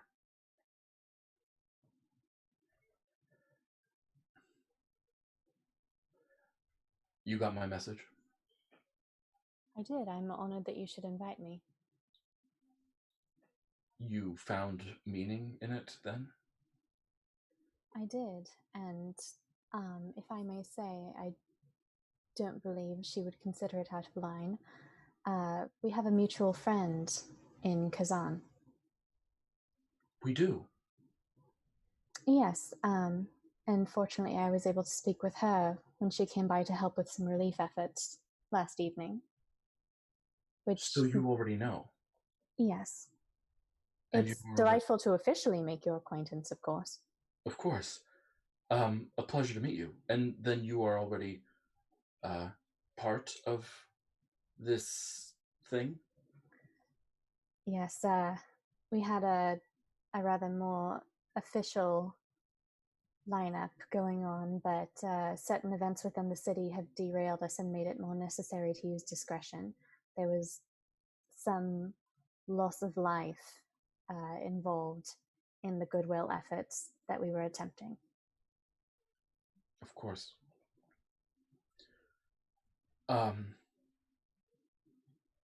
Well, this has, to be honest, completely derailed my conversation. My apologies. Intending on attempting to recruit you into an organization that you seem to already be somewhat a part of. On the contrary, it is the highest compliment I can imagine that my name should come up on such a list. I have a few friends. They speak highly of you. What are your intentions? Well, immediately, my intentions are to feed the people of this city and keep the war effort from wringing every last bit of resource from them. In the longer term, I should like to see a stable government reestablished that truly adheres to some of the ideals laid out by visionaries such as Elamina Starborn and Perilla Ironwalker, for example. Illumina was amazing. Did you know her? Yes. Did you? For a brief time, she made quite the impression. But that seemed to be her way. She loved the Shimmering Seas.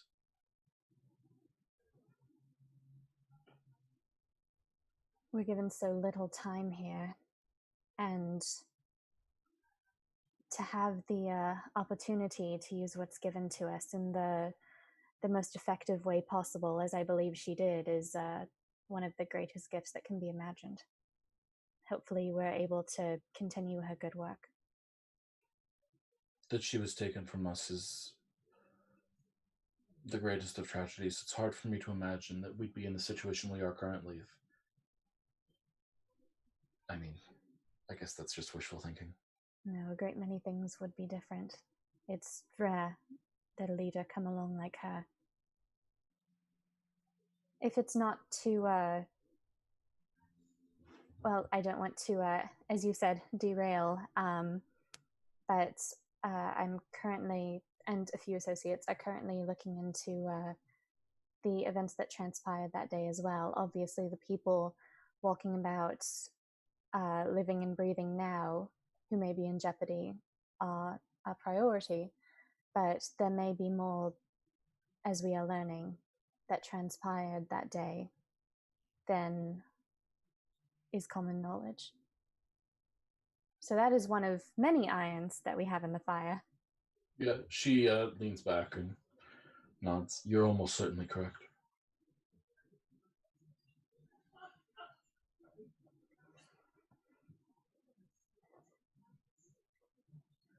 Well, Kazan speaks quite highly of you as an effective and motivated individual. It's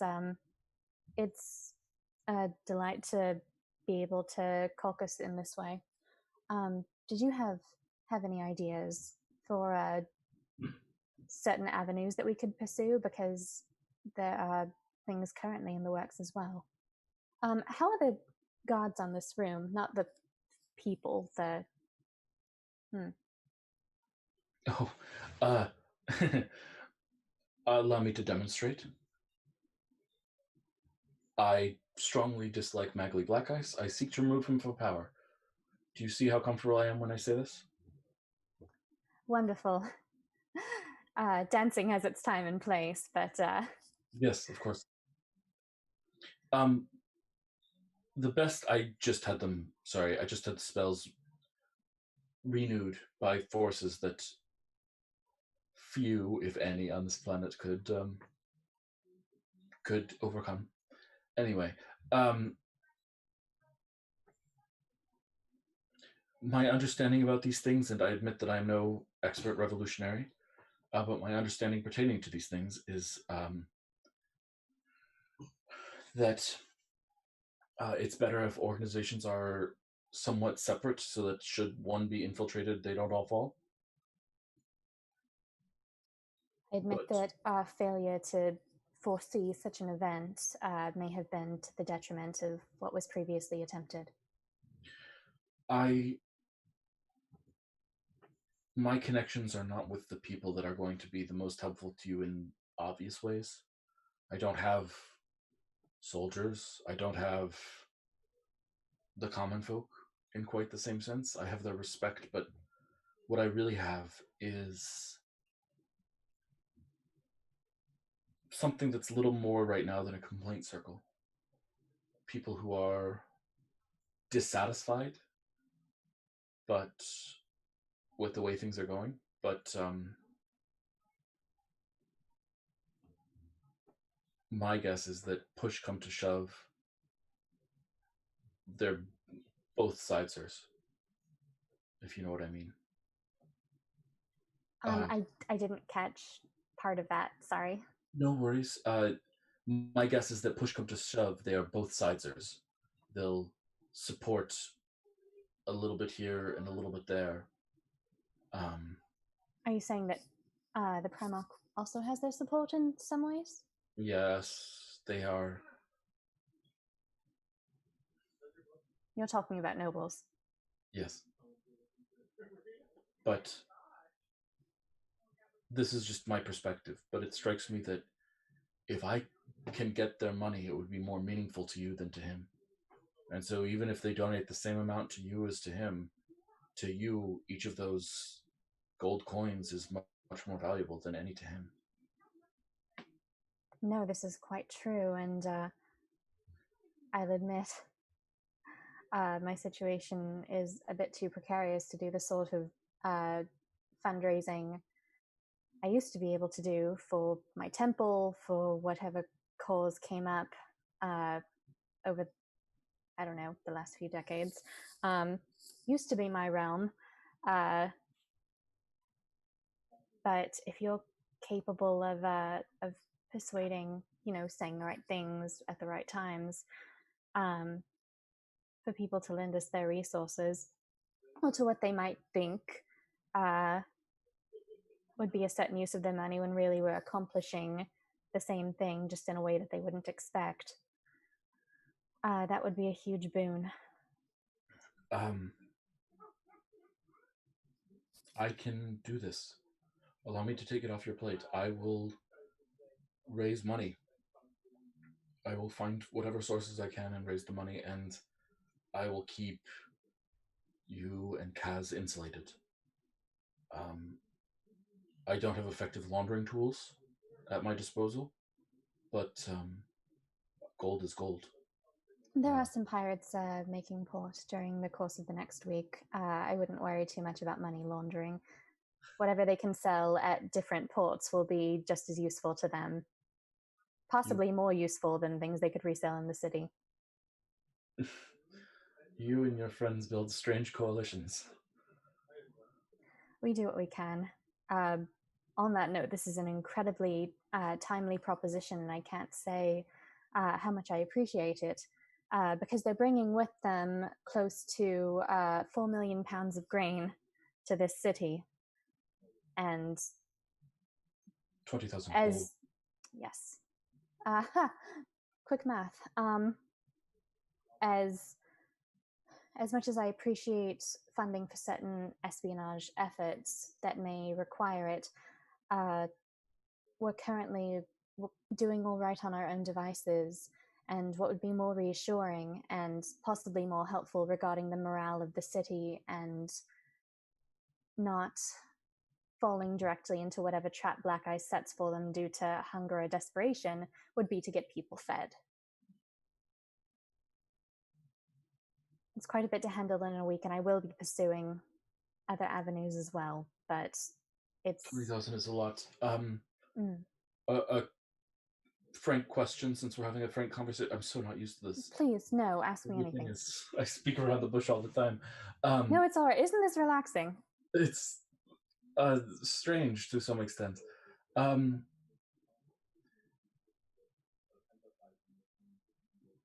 If I can guarantee a portion of the food goes to the servants of the nobles, I could raise this money. Without that guarantee, I can raise half. Honestly, I didn't expect even that much, but working people of any profession are certainly among the first to whom we're trying to take care of.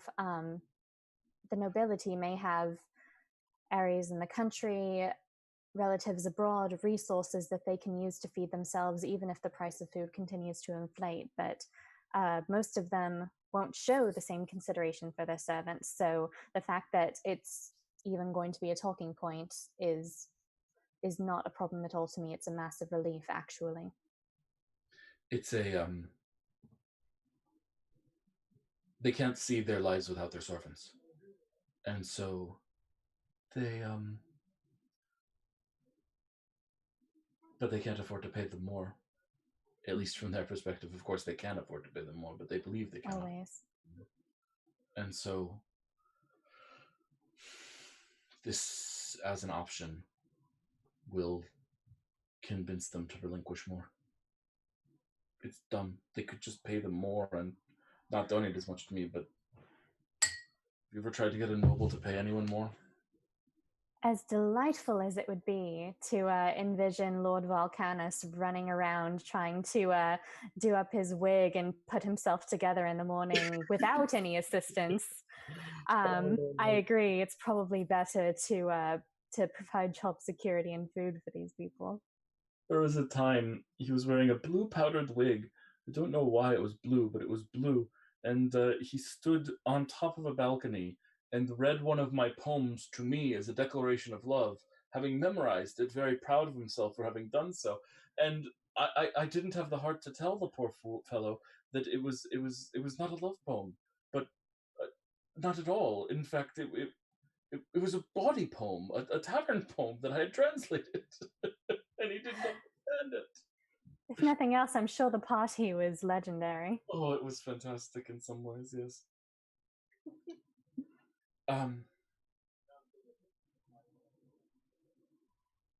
Then I will do this. One final thing from me, although I'm happy to answer anything else that you have. But you say you are friends with Kazan? Yes, I'm lucky enough to count her as a friend. She's a very special person. You know about her binding? Yes, it's something we're very eager to relieve her of.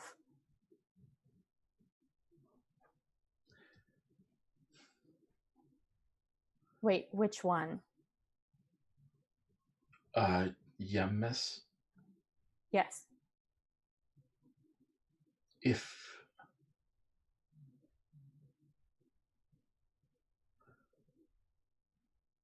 there is anything that she needs that I can provide, she is the type to refuse to ask. But Thomas, if I may call you that, I pray that you are not.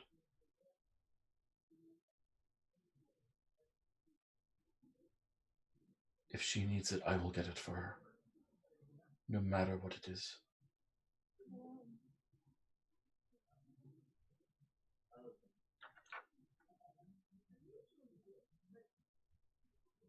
I would say that your loyalty is touching, my lady, but anyone who knows Kazan knows how worthy she is of such devotion.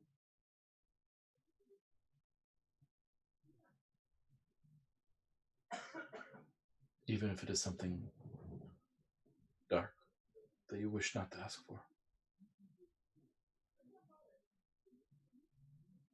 There are certain resources and contacts that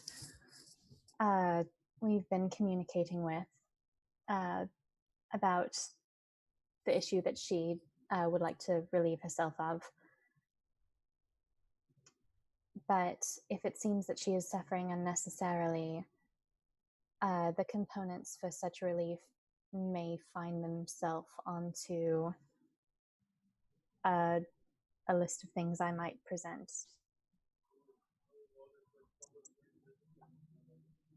Excellent. Well, I'm sure you have a busy day. One could say that. I'm actually about to go rendezvous with everyone now. It truly has been an honor, thank you, and I appreciate the chance to have such a frank discussion in these times. She nods. He bows and graciously, like not rudely, but per social, etc., takes his leave. Yep. She walks you to the door politely and holds the door for you. And that's that. You're going off to meet Juno? Yes, meeting up with everyone else, hopefully, because what we discussed with Kaz was that everyone would be trying to get over to her first thing in the morning. Yep, but that obviously didn't happen. So let's check in and see who is there and who is not. So Thomas shows up to Juno's. Kaz, are you there? You show up? Yeah. And Samhain? No. Right. So Samhain has other things on his plate. I will show up, but I also will have to leave it. Okay. Because there's a couple. So the four of you get together. In order for me to arrive at Milla's house, though, I am using disguise self, and I'll be using disguise self as I leave. Sounds good. And you are, you always have non-detection up. Yes. So yeah, absolutely. There are guards outside Milla's house. Juniper, did you tell them to expect Kaz and Thomas and Solomon? Yes. Okay. Kaz and Thomas, you guys are let in, no problem. Samhain, you show up in disguised self-garb. Yeah. I show up as Blackberry. Oh no, I don't. I don't. Oh, that would be so cute, though. There'd be two foxhole. No, I'm not gonna do that. I'm not gonna do that to Blackberry. What if Blackberry was Solon horns? Oh my god, no. So I'm not cute. I'm not gonna do that to Blackberry. I know what Alum looks like, right? Mm-hmm. Yep. Yeah, you've met Alum. You've met him. Yeah. I might just do that because I know he can get himself out of a scrap. So I show up as Alum. Sure, sounds good to me. Just say I'm here to see Juniper. Oh, she wasn't on the list, but she must have forgotten. You're always, she always adds you to the list, Alum. Please, come in. Yeah, so I go in. Not even a hesitation. That's a gap in security right there. That is a super gap in security. You nip that right in the bud. Yep. So so Juniper, what's the plan here? What are you doing? What are you saying? What are you discussing? Well, I know we were going over everything that we've already seen in the past few games so that everyone's caught up. Got it. Juno would also have pulled out an itinerary a la the kind of like the parent who plans every step of their Florida vacation. Yeah. What, darling? I'm not taking this from you. It worked. We had a good time. We did. And so she has a little itinerary, and she has a little picture of old Zaka, and she's trying to explain but the tree knew me, so I'm going to the tree to see the. Oh, hi, Alum. So that I speak. Hi, Juniper. Jeez. Fantasy, Jesus. Okay. I can't be seen with you all anymore if I'm buddying up to the Primarch and gonna be his best friend. And then... Oh, I see how it is. Mixing with high society these days. No time for your old friends. Listen, I spilled tea no, it's on all right. Mela You don't need at to explain to the likes of us. Yeah, I had to launder that. But I'm sorry. I'll make sure it's something else next time. I had to make it believable. It's okay. Have you thought about Blackberry? You know, he's very small. He can go most places unnoticed. Just a thought. Yeah, I'm not keen on doing that after what happened to Garhaz. At least Alum can take care of himself. Yeah. No, he can. I think he would be okay with it. I'll explain it to him. But yeah, sorry, I'm muting mine so that I can. But yeah, we were all just going over everything. There's a lot happening. There's grain. We're possibly getting on a boat in a week if everybody wants to go on a boat adventure. I can do this myself if it would be better for you all to stay in the city. I don't want to ask anyone for anything this drastic at a time like this. Is this a bad time? Wait, do we have the dome up? Is that... Oh, yeah, we do. Yeah. Sorry, I would have cast that spell. Yeah. Okay. Yeah, so Solon goes, I may or may not be, have plans in the next week or so to kill Alepham, so... To kill him? I might have my hands tied. I would hope you would key me in on that, because... Yes, please. I have good reason to I can't tie his hands, but I can hold him in place while you all wail on him. I have good reason to kill him myself, should I hope to rid myself of this curse.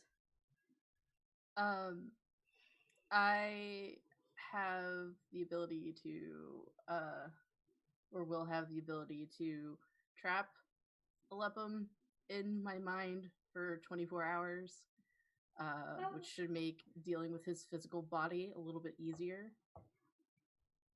Interesting. But doing this is gonna piss off the entity that he's currently dealing with, so I'll expect fallout from that, but that's fine. I'll be able to handle it. I might be able to trap him physically if you don't want to deal with the fallout. Osthos has assured me that we would be able to manage the creature of rotten bone. Does Jess have the right of that? Yeah. Okay. And I think as Samhain says that, you see just from Samhain's side, almost like it's someone from standing behind him, just this little halfling arm just pops out and waves and then pops back in. Never get used to that. Hey.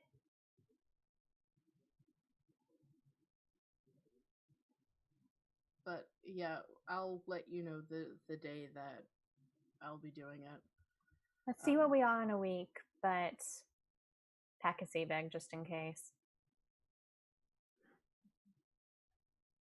and some cards, because there's literally nothing to do on a ship at all. Wait, why are we packing? Okay, just the person has forgotten why we're packing bags and getting on a boat. There's an island that's in a void. Fabian and Oceana seem to think that there may be some sort of information or weapon or other resource within this void island that would be useful in addressing the problem with that violent fucker. So, since I don't know the next time Oceana will be this way, and I do need a means to get there, I don't have much choice. And believe me, I'm not thrilled about leaving the temple either. There's a lot of uncertainty here, but it's got to be done.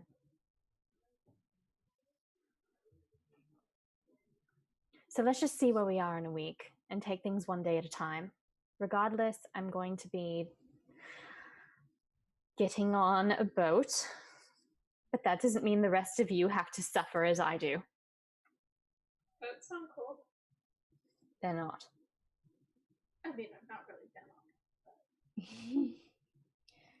Don't want you to go alone, and I also just kind of want to go on the boat, but I guess we'll just have to see. Let's circle back to that whole idea.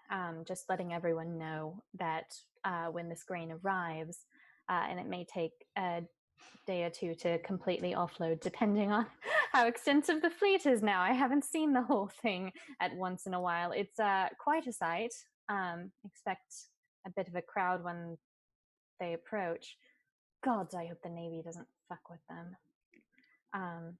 But anyway. Well, I can take care of the Navy part.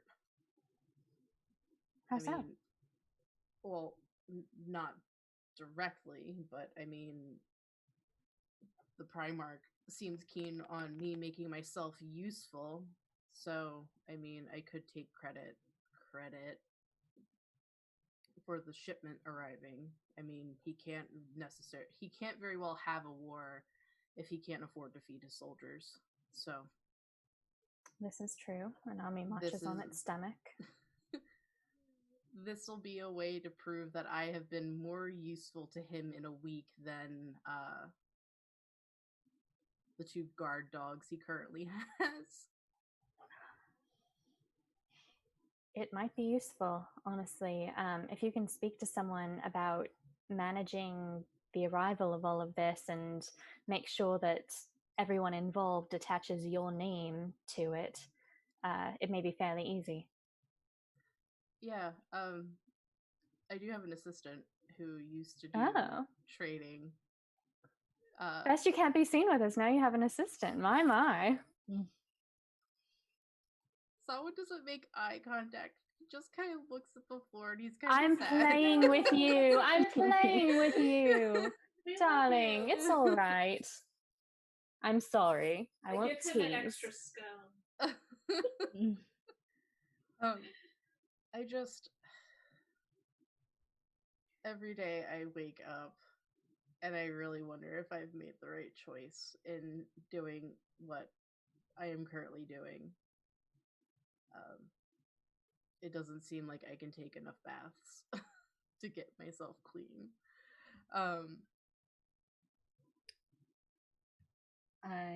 If it all gets to be too much, just stab him in the back and we'll figure it out later.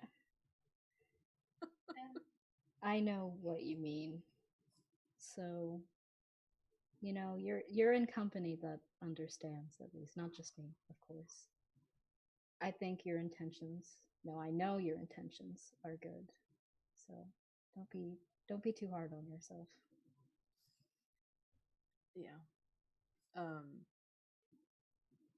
But yeah, if I take the credit for organizing this, like I said, it just it solidifies the fact that I'm useful.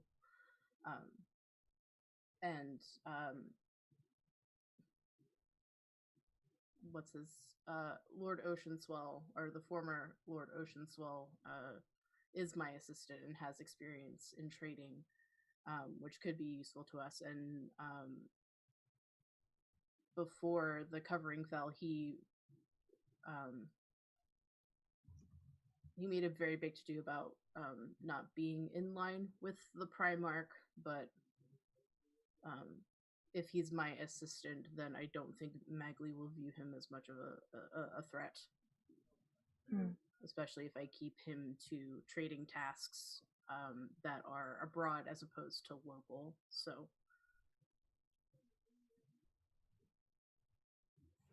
he should be able to help us with getting the grain off the boats at least, and helping me at least try to find maybe a warehouse that I can rent or we can rent to store the grain.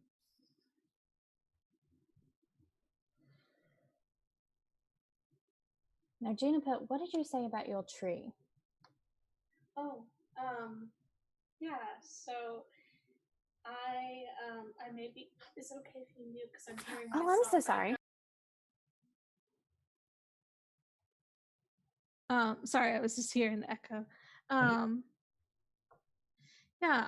Well, for future reference, you can mute her exclusively. Oh, wow. Yeah. I didn't know that, because I've just been like trying to concentrate with all of it. Okay. Totally. Yeah, I forgot to tell you guys that because you're not. Never mind. Your turn now. Go for it. Yeah. So she'll briefly sum up. That while I may have found something that is connected to my past before I met Stepwise, and it seems like I have a connection to one of the world trees. Yours is still very nice, Sawin. But I was thinking of visiting the other one because I just learned the spell, and it would just be a day trip to go and, I don't know, speak to it. I guess you can speak to them and try to get some answers. I know this is a very personal thing, so if you all probably have a lot going on, but if anyone wanted to come with me, it is a giant, very wise tree, and may have something important to say regarding, plagues or the 5 billion things that we have going on right now. But I was planning on going if anyone wanted to come with. Is that a thing you can do? You can just travel like that? Yeah. All I have to do is I don't know how to mute her. Okay. All I have to do basically is just I have this fancy chalk, and I would just have to ruin the floor. So I would probably do that in the study, and because there's like a little space cleared aside for sigils, and I would end up in the teleportation circle in Old Zaka, and then on the way back I can end up in the circle for your temple, Thomas. Oh, that's rather fascinating. We haven't had any newcomers via that thing in ages. Oh, he's like racking his brain, trying to remember if it took any damage and if it's been fully restored and if it's accessible. It's accessible, right? Yeah. Okay, cool. Yes, that will work. Okay, awesome. I think the teleportation circle in your temple has, like, the room that it's in hasn't been used for a while because it's a teleportation circle, and so like you might have to move a couple of boxes, but that's about it. Does Meta Stepwise have a runner that I could send back to the temple at all? Do you have Mercury? Yes, boss. Shush! I've barely been sleeping, for God's sakes. He's like grabbing a piece of paper, which I assume are lying around. Of course. Oh, I have 1 billion. Oh, thank you very much. Now you have 999,999,999. And he scribbles a note. Please clear out teleportation circle will see use today, urgent, and then his signature, and slips it to Mercury like, thank you, appreciate you. Yeah, no problem, boss. And I'm sure, we call it teleportation circle here, but I'm certain that in your note, you refer to it as storage 5, or something. Yeah. Very specific about the room. Yeah. Okay. So who's all going on the string? 1, I will go. 2, 3, and Samhain's staying behind. Just confirming, this is a day trip. Yeah, well, I would need to take. Yes, good. I would need to take a long rest at some point. So I need somebody to just hang out with me while I nap on them. But other than that, I'm good. Like friends let friends fair nap. enough. Yeah. Mm-hmm. But yeah, I would be able to do that. So maybe like 8-9 hours, 10, depending. It would be the rest of the day. We'd come in the early morning. Good, just enough time to yell at Blackberry. Why would you yell at Blackberry? He's been sleeping on the ironware and declining room and bedding, apparently. I don't know where he gets this self-sacrificial streak. Well, I don't know. I used to sleep in the study all the time. This is different. Kaz, tell them. It's different. Okay. I'll take your word for it. But yeah, if you guys are if you want to go, we can do that. I don't want to just leave you, Samhain.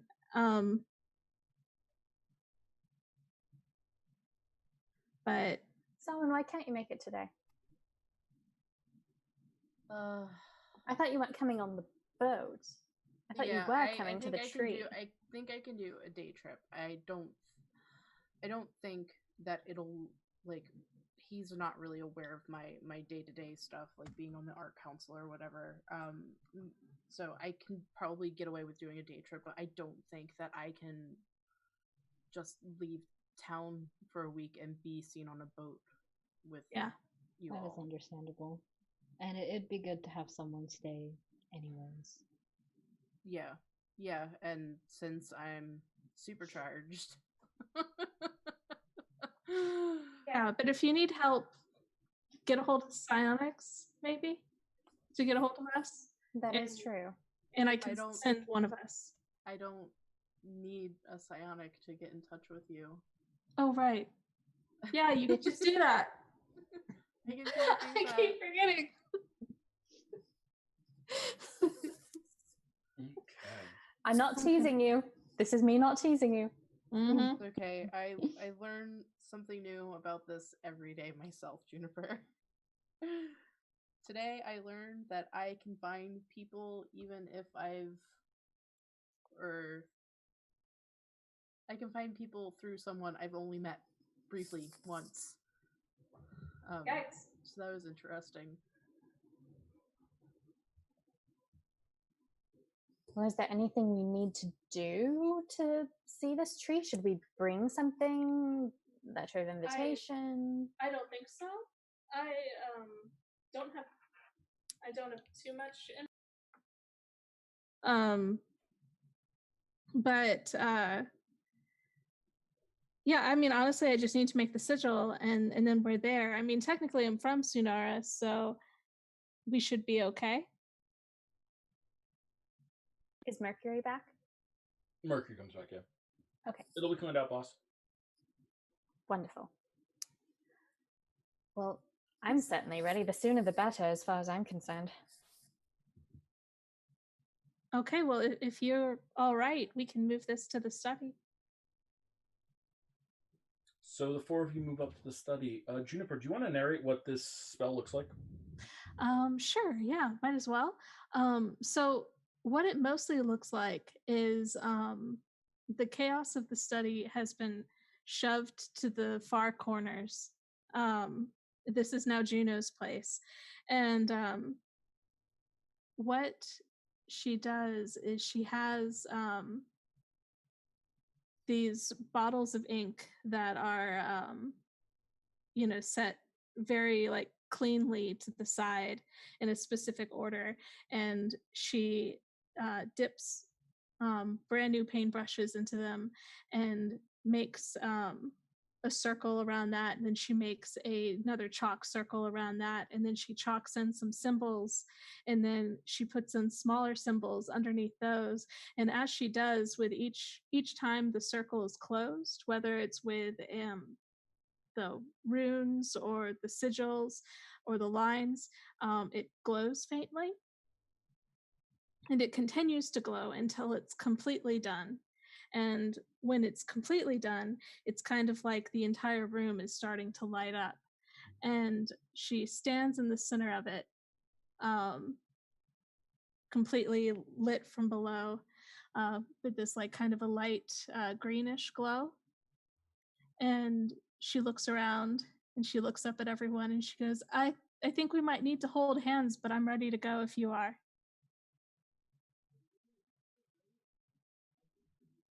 Everyone holds hands, and you feel a tug from a direction you've never felt a tug before. And the room disappears around you. And then suddenly, pop! You are in a dense, dense woods. Forest all around. You're standing on a tree stump of an old tree that in it is engraved permanently these sigils. The tree just exudes magic of all sorts. And painted on a little sign made of wood and hung up on a tree, across from where you guys ended up looking, there's a little sign that says, "Welcome," and then an arrow pointing this way. Well, I think that's the way to go. Shall we? Yes. And everybody's limbs are intact, like nobody's hurt. I still have 5 tails? Oh no! No, you have all 5. Okay. Thomas.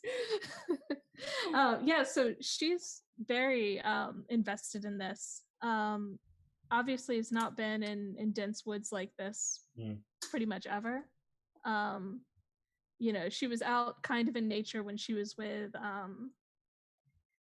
Stepwise when she was younger a little bit, always running around outside, but not like this. So she's kind of taking mental notes as she goes. Yeah. It's beautiful and it's thick. There's moss on all the ground, and the trees grow tall. There's a lot of different types of trees. It's not just one type of tree. There's like hundreds of types of trees. It's very diverse. And as you're walking, you see in the distance that there is a tree that looks a little odd, and from a distance it looks like a tree. Now, when it gets close, it's very clear that it's a tree that someone has built their home into the base of it. And there's a sign on it that says, "Welcome." Oh. Okay. A sign on the door of the house in the tree? Yep. Okay.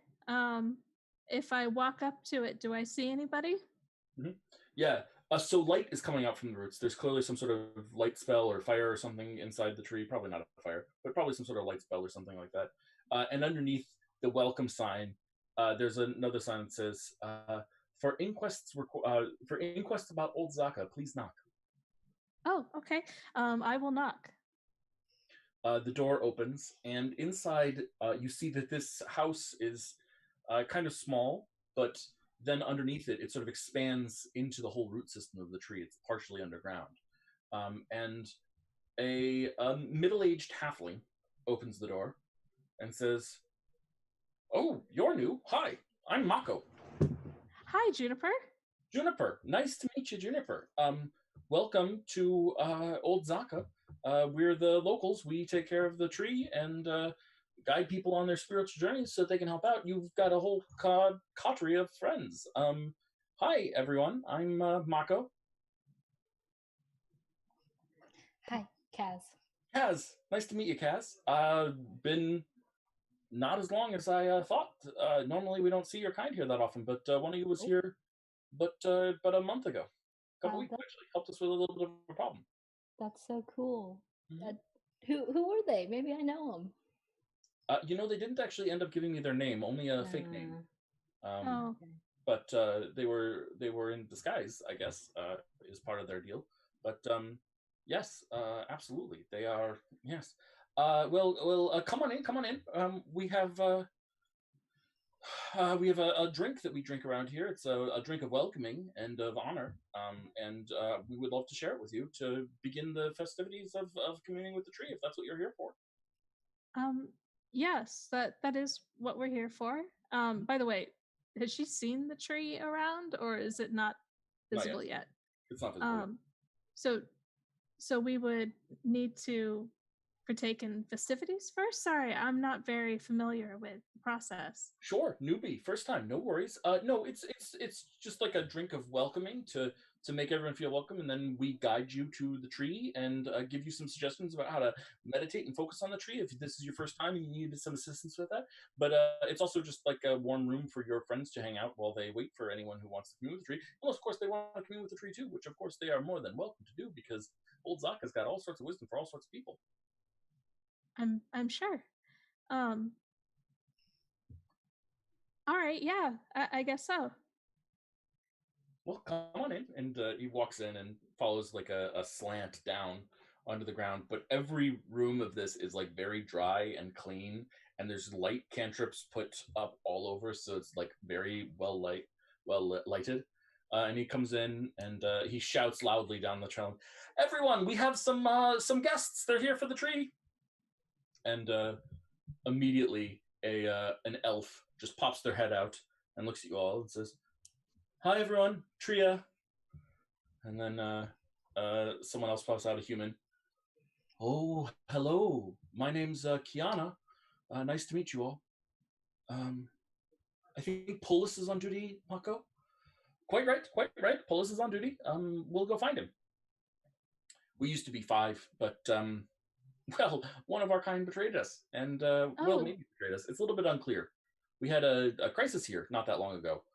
Some people tried to poison the tree. Actually, someone tried to poison the tree, and we had armies of undead attacking nightly. It was quite a horrific and powerful experience. Lots of people from all over Sunera came to help out with the circumstance. But old Zaga herself was unable to because she was suffering from corruption. But a group of people from the Grand Accord were able to come and help out and solve everything, make it a lot better. They were a goodly sorts of people. We liked them quite a bit. And ever since then, we've had the speakers are in council right now, but they've decided that they're going to have a speaker here at all times to serve as some degree of additional protection. In order to us, we're just the servants of the tree. We're not the most powerful spellcasters, just basic servants of the tree, if you know what I mean. No, understandable. Yeah, I did hear that the speaker of the tree was in town for a while. Yes, Speaker Lore. He's a good fellow. Yes, he is still in town. Actually, he's negotiating with some of the Tirikitor elves. I don't know if you know about them, but they are sort of revolutionaries in the area, I guess, or pains in the butt, depending on how you look at it. But they were quite helpful in the helping of the tree, so he is negotiating with them, hoping to, to prevent them or to encourage them to not just attack random people. That's always good. Not attacking is definitely. You seem very upbeat and positive for all of these things that have been happening. Well, you have to realize that all these things just happened rather recently, and then they were resolved really, really well. And so, honestly, I've been in a good mood since the resolution of these stressful events. I was much more stressed out than back then, and now, just to be honest, I got to speak with old Zaka yesterday for the first time. She was corrupted for so long that there was sort of a hesitancy to be the first to speak with her, and I got to do it yesterday, and I feel much better about everything. Hearing her voice again just soothed me a lot. Oh, that's good to hear. I may have actually met her before. She's a her? She is a her, yes, old Zaka. Yes. Apparently, I was here as a baby, but I don't remember, obviously. Wow. Whenabouts? I think roughly like 7 years. Or like right around the time of the war. Mm. The war was still going on. Yes. Well, I was certainly here then. I don't have much memory of a child at that time. I could have been away. I have been away at times, but You didn't hear of any children going missing around that? Well, it was the war. I suppose children were going missing all over the place. yes, it was a dark time. Grateful to the Grand Accord. They seem like good folks. Oh yeah, no, for sure. So the celebratory drink, that is an alcoholic, right? No. Oh, Okay, good. right. And he just like turns and grabs a mug and starts pouring it out. It's fizzy, and it's root beer. Okay, all right, sweet. Judo's like, I don't want to be casting any spells or doing anything magical, and You've got to drive us home. Yeah, exactly. That's the thing. Is it good tea? Is it stuff that she'll want to remember later? I mean, it's root beer. It's root beer. So yeah, it's stuff she'll want to remember later. I don't think she's. I mean, it's fizzy and surprising. If you've ever had a carbonated drink before, it's a carbonated beverage, but it's quite tasty. Awesome. Yeah. So what are the steps? Like, what do we need to do this respectfully? Sure. So Polis is on duty. Polis, and you see a foxfolk walk in. He walks in. It almost looks like he's on 3 legs, because he's holding so stiffly and so close to himself a very short staff. And he comes in and looks around. Oh, greetings, travelers. And he bows. I'll bow back. Zawin follows suit, but he still looks like Alum. He does not look like himself. Which of you am I guiding to the tree? And he looks at Mako. Mako says, "Yep, it's your turn." Paul says, "Very well, I will do it." Does anyone else want to talk to the tree? I suppose since I'm here. Zawin says. Yes, of course. Why not? Do we have to go one by one?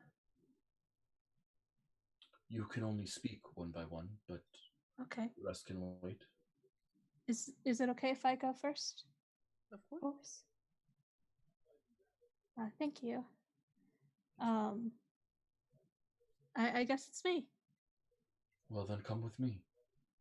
You said your name was? You can call me Juniper. Juniper. You are quite skilled in magics. Oh, well, I try. I'm working on it.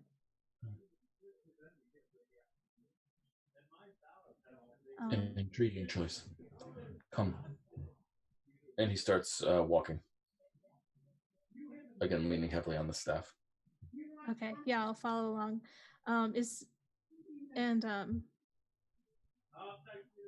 She'll try to be quiet for a while, but this is Juno. So the current speaker that you have, has he been a speaker for the trees for long? No. The speakers were rebuilt after the war. Few have been speakers longer than that. So he wasn't really around here during the war? No. Or he may have been, but he would not have been a speaker at the time. Understandable. Does he tend to stay with the tree? He wanders. He's usually in the area. If you wish to speak with him, I shall get him, though he will likely inform you that you should speak with old Zaka. Of course. No, and that's what I would like to do in any case. Well, thank you for guiding me. And he walks you up, and you turn a corner where the path continues. and you see before you a massive, massive tree. To say that it's massive is such an understatement, because it would take maybe 40 people with their arms outstretched to wrap around it. And the leaves that it has are the most beautiful greens and blues. And there's little flowers that give off just the tiniest bit of light, just like this little ball of radiance that is emerging from this tree. Polis looks at you and says, "Sit where you find yourself comfortable and meditate upon the tree. Think on what you wish to know, what unsettles you, and she will reply and help you as she can."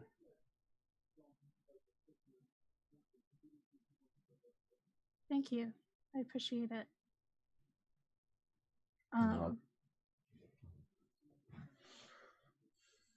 So she'll find somewhere comfy. And she will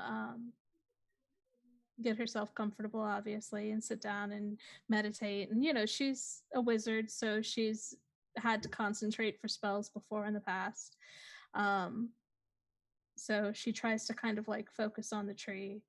And, you know, of course, there are all these important things that she needs to ask it about, the, you know, helping with the plague or with the God in the sea or all the other things. But what honestly keeps coming up to the forefront of her mind, the thing that she's actually really wondering, is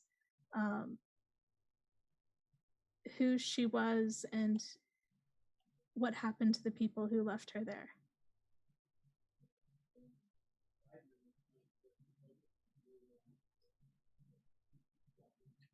The child.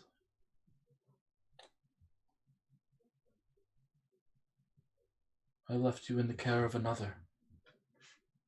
Was she good to you? Oh, yes. Yes, very much so. Thank you. And how are you?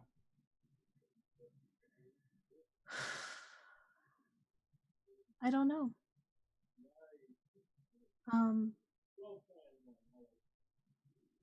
I feel like I'm a little groundless, to be honest. I'm working to help Celestra, but I don't really belong there. There are people who I belong to there, people who belong with me. But then I don't feel like I belong here either, and I feel like I need to. There are gaps in what I know.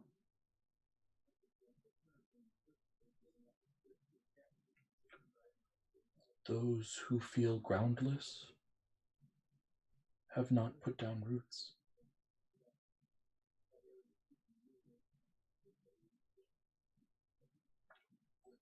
What keeps you from rooting with your friends, your family? I think that the first roots I had were cut away.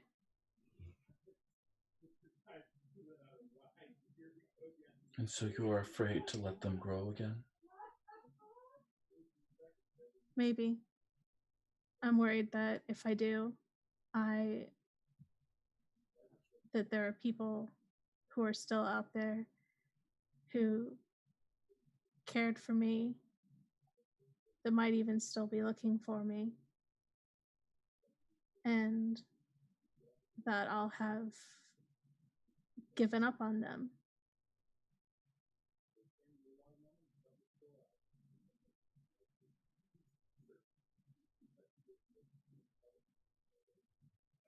If I told you there was not, if I told you that there was no one looking for you, would that be a blessing or a curse.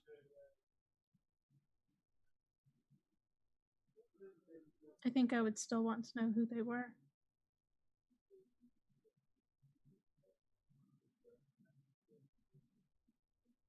But I think it would hurt, yes.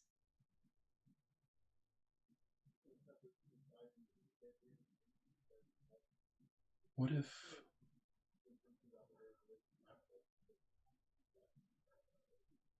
if they knew who you were, knew where you were, knew how you were doing, and tried to make things better for you when they could, even without you knowing?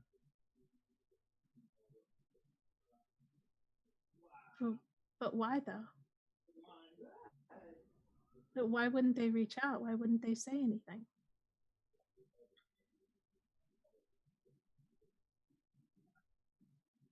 Long, long ago, there was a tree. And she did not want to be a tree. She wanted to be something, anything other than what she was.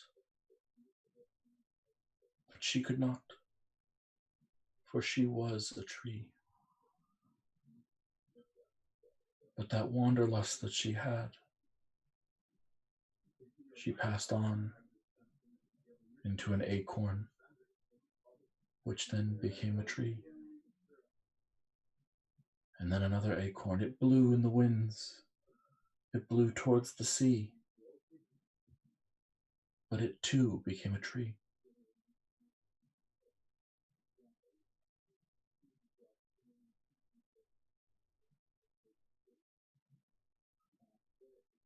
Now imagine this generation upon generation of tree wanting to be anything else, wanting to be something, wanting to move, to see the world, to explore.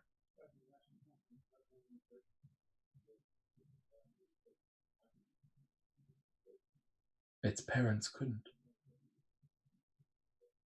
They had laid down roots. They were stuck where they were. But they knew what had happened to them. And they saw the same things, the same signs happening, and the same struggle happening to the acorn that they grew.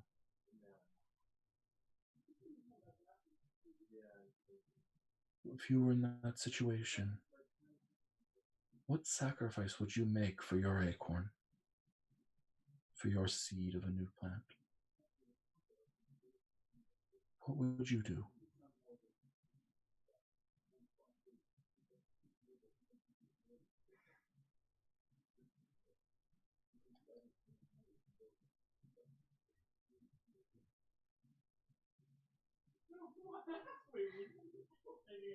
So,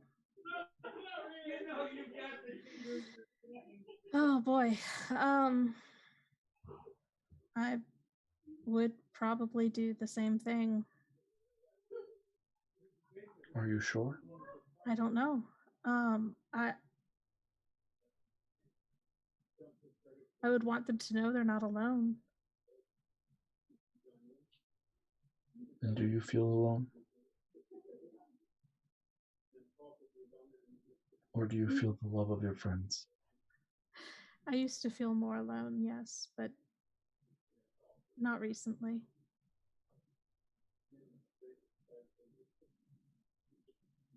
Roots are a blessing. They stabilize us, keep us steady from wind and rain, and allow us to feed, supporting ourselves, supporting our growth, however we grow. Our roots are physical.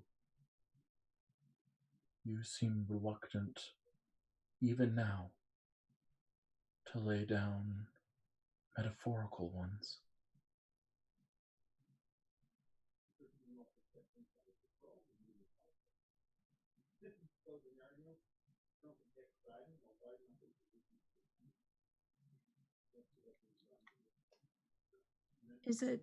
Is it so bad to want to know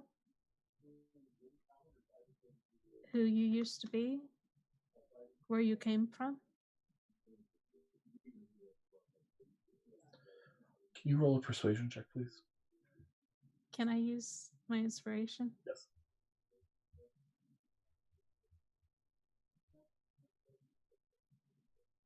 And this is persuasion?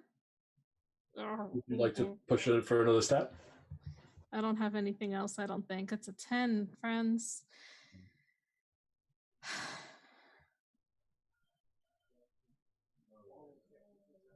It is not so bad to wonder. And it is not so bad to know.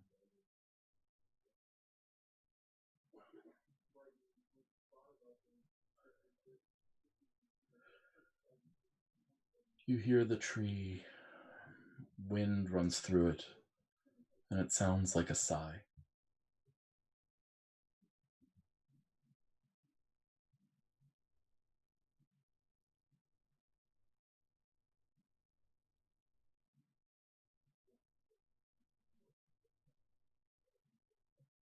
I fear this has not settled you as I hoped it would. Well, I was raised to ask questions and try to seek answers. Yes. Good. It gladdens me to hear that. We chose well when we chose Mela. You did. Good. You said we? Yes. Is this the royal we, or were there others? When I speak with all the trees and all the plants and all the fungus in the world.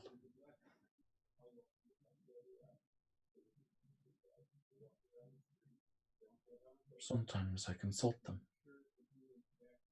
as I did with you.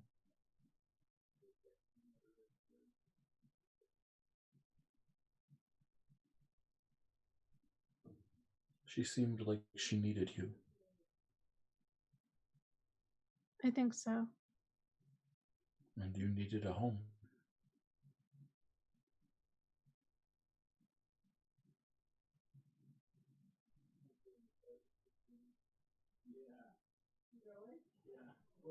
Well,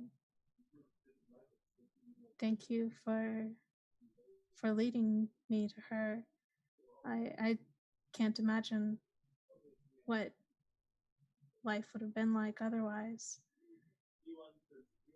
You would still be here. So does that mean they're gone?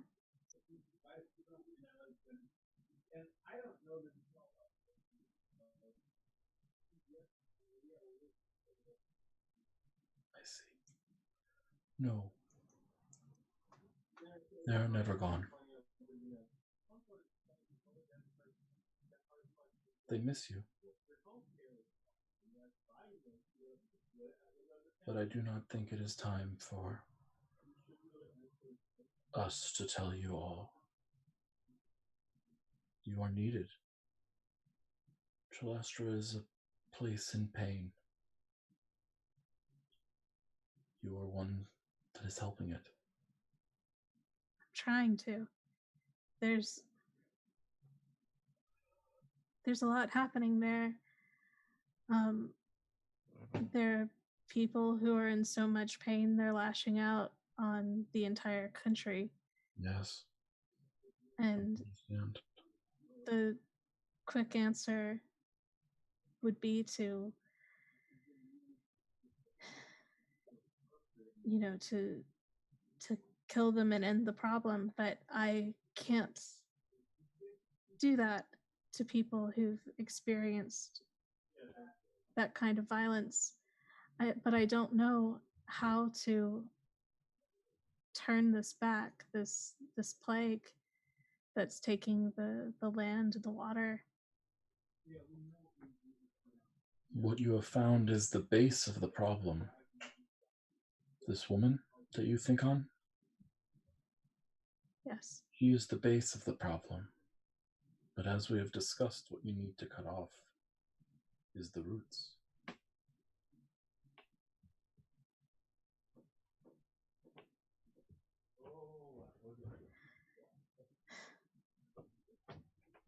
Can I come back and see you sometime? Juniper, truth be told, I would have you here every day, were it not that you are needed elsewhere.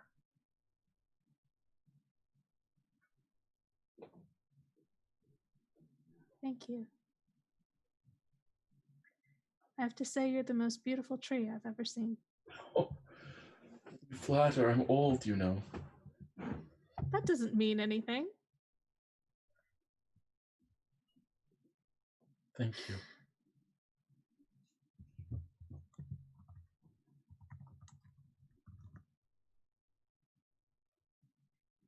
Thank you. I'll be back. Bend like your namesake, if you need to. But bend like your namesake if you need to. But hold on with your roots. Hold on. I'll keep that in mind. And she'll slip out of the meditation. And maybe have a quiet cry. Maybe just a little quiet cry. As you slip out of the meditation, you notice that there's something in your paws. Oh. I'll open them. It's a stick or a branch, maybe? A small branch of a juniper tree. Oh. Oh gosh. Okay. She'll keep that with her then.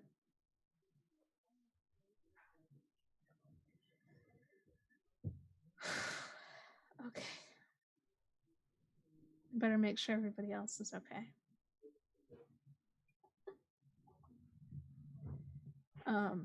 She'll look around. Is there anybody else there?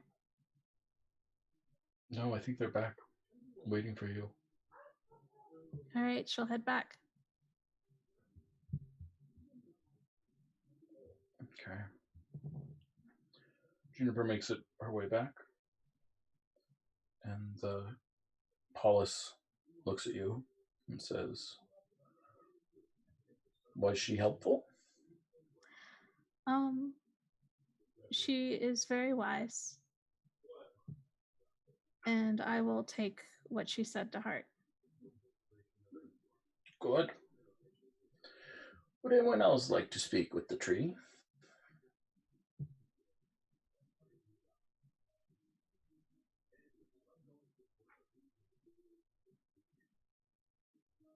He looks around, makes eye contact with each of you. Someone will go. Well, then come. He walks you up the path, turning the bend. You see the same glorious sight, this huge tree. He says, find a place to make yourself comfortable. Begin to meditate on your questions and bend your thoughts towards this tree. She will speak to you. Okay. Thank you. So someone sits down. What are you meditating on? I guess he's going to think about like what he said earlier about not feeling clean. and wondering if the ends are going to justify the means, basically, of what he's trying to do.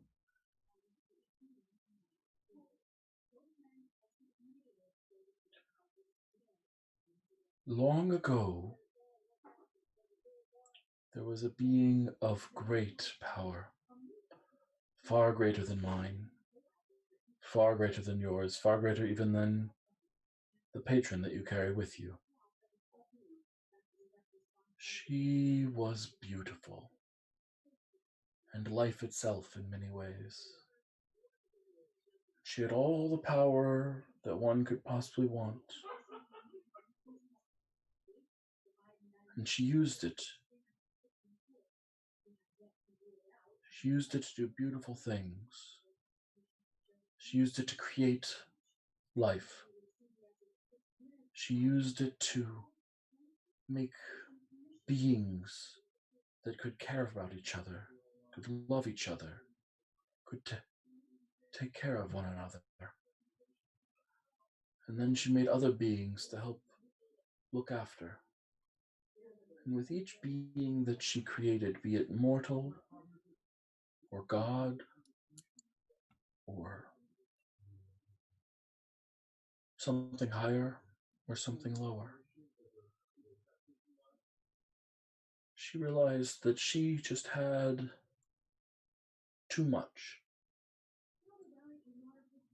She felt that she knew what was right and wrong.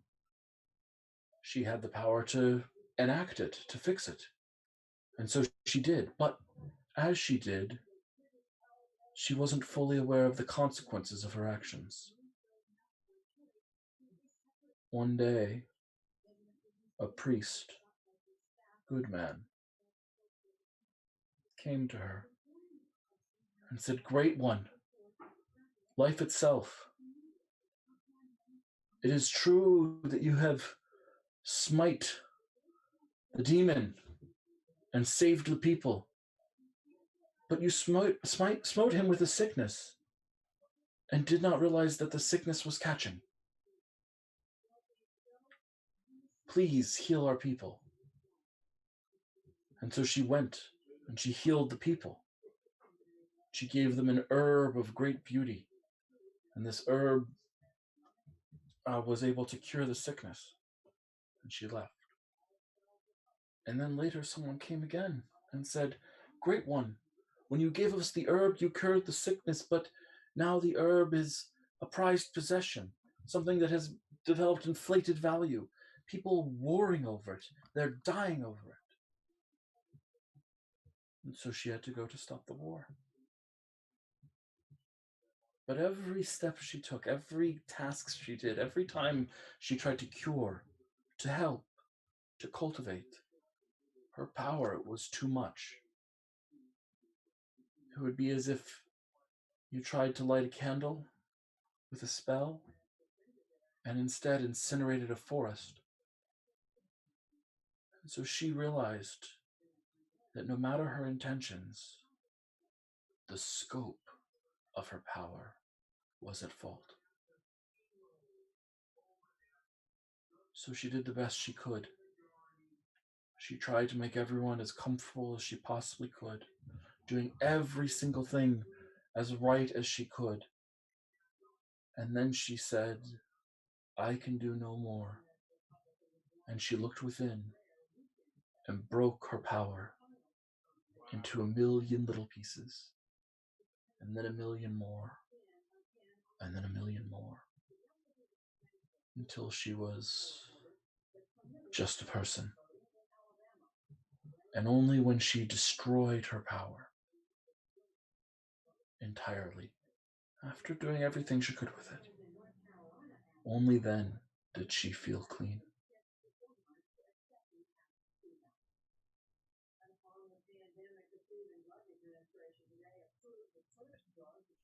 It may not be time yet, though, Samhain.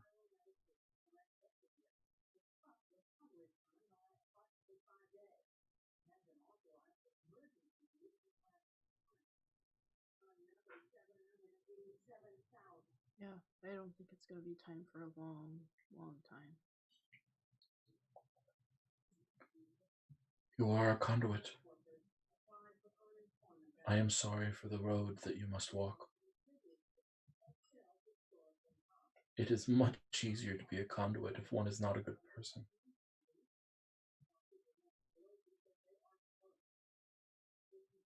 Yeah.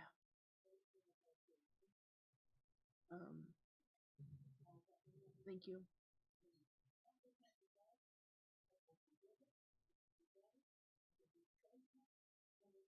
If I can do more to help, let me know. I know a favor given is a favor owed. And you have done no favor for me, but I grant you this one. Owed. Without knowledge as to why for you.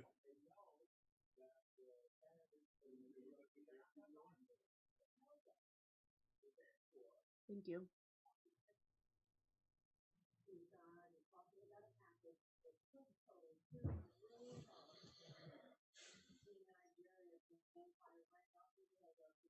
Does Samhain return? Yeah. Was Otsaka helpful? Yeah, Sawin's crying when he returns. He's not, like, tears are leaking out of his eyes. Yes, the catharsis. It is strenuous sometimes, but often helpful in the long run. Would you like some root beer? That would be nice. Thank you. He pours a root beer and offers it to you.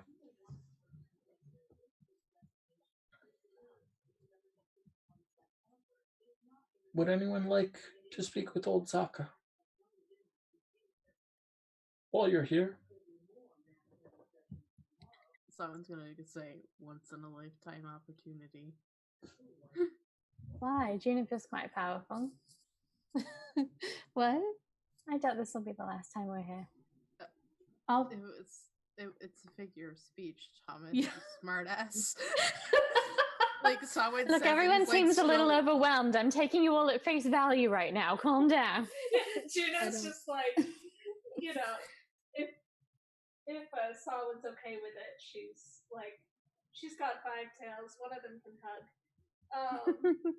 Yeah, it's fine. I'll be hugging on Juno. I'll like sit down next to Juno and just like hug her tightly. It is kind of a lot, but I think I'll be coming. Yeah, I don't think I'm ready for whatever happened to both of you. Are you sure? I mean, you can come back, right? Yeah. Like I'm just like showing Samhain the juniper. Ooh,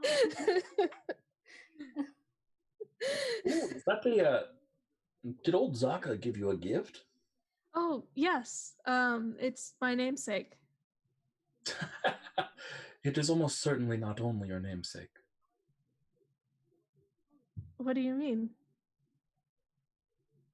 I'm not saying that old Zaka doesn't occasionally give remembrances, but when she grants a gift, it usually has further purpose. Oh, I was going to take care of it in any case, but I'll take extra care of it.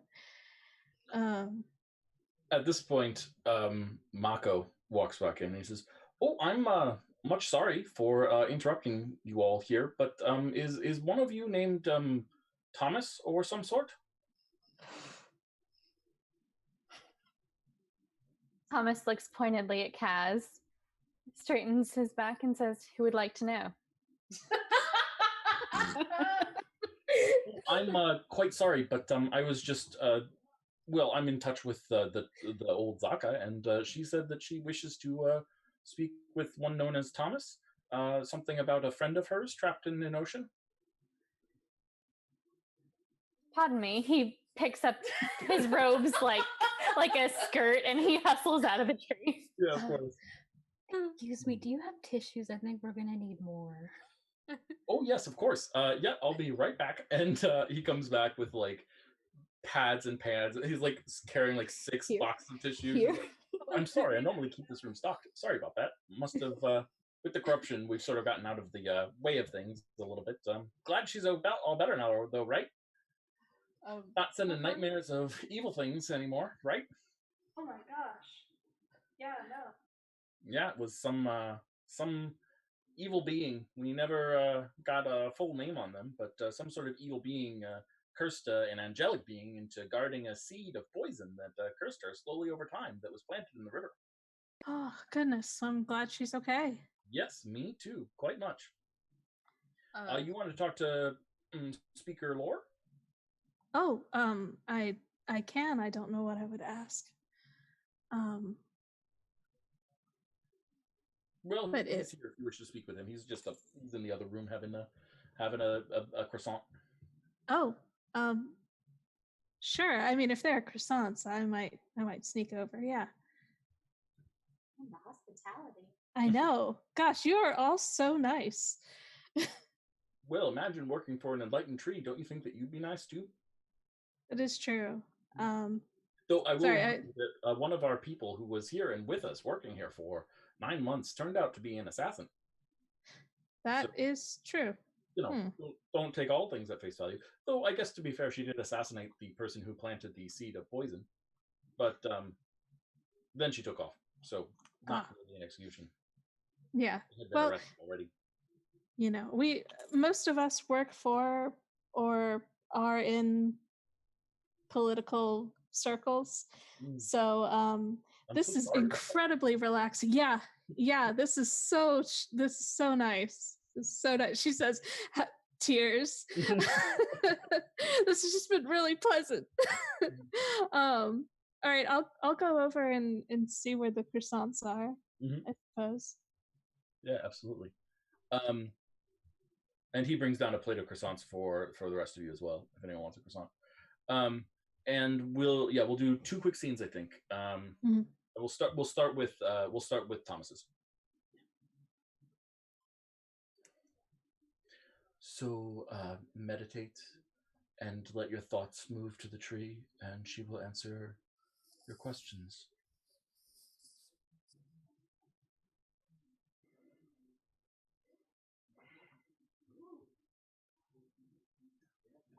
You are the one my friend speaks of. The one who has him questing for a new name. Can you speak with them? Do you know how he's doing?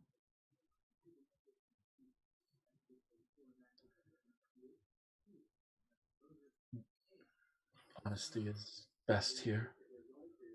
When I hear him, and I don't always hear him, he is in pain.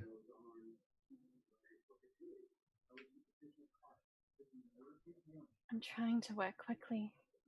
I promise I am. I'm not trying to leave him. Believe me, not a minute passes that I don't think about him.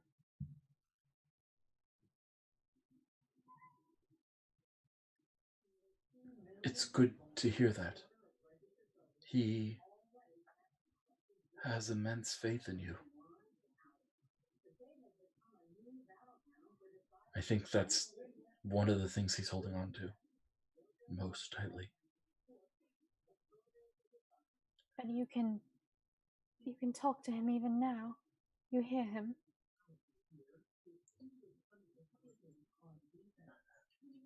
I don't know if I should tell you how.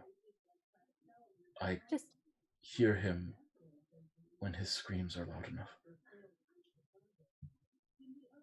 And I try to send back what soothing and aid I can, but the distance is great. I speak with you, though, because, well, Caprina is the place that you are heading, on the other side of the maelstrom, the vortex. It was a gift made by Empress Cyaxara of the Tuan Empire. For a little bit of power, she gifted an entire city of mortals to several demons to play with each other to play with the mortals there. It is a corrupted land, a dark one. But the item you seek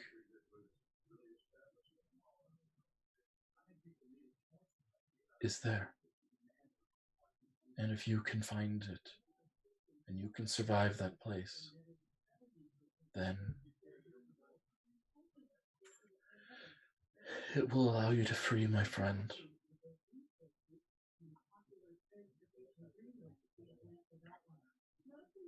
It seems innocuous at first, but its power is immense, and you must be careful with it.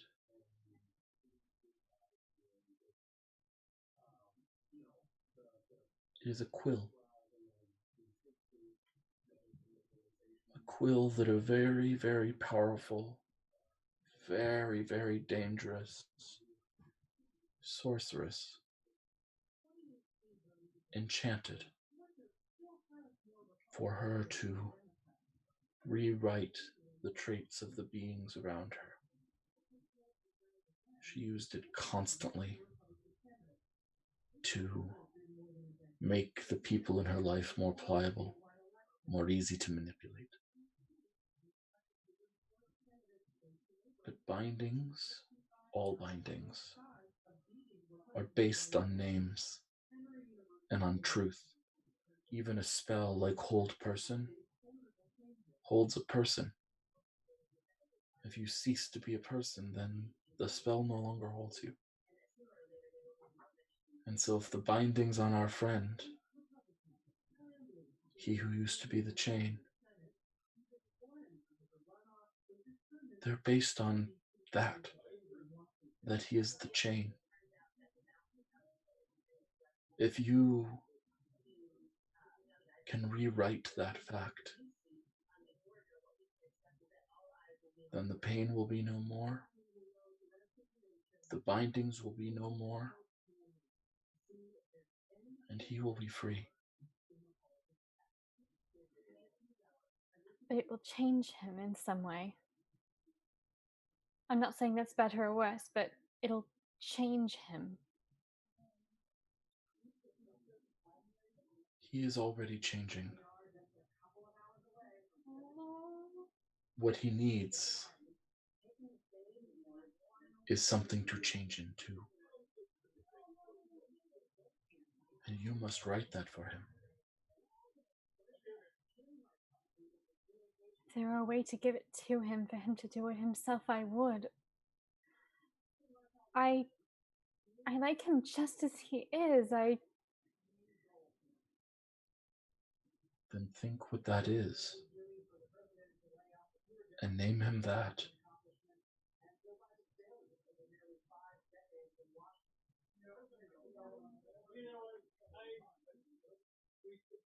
It will be freeing for him.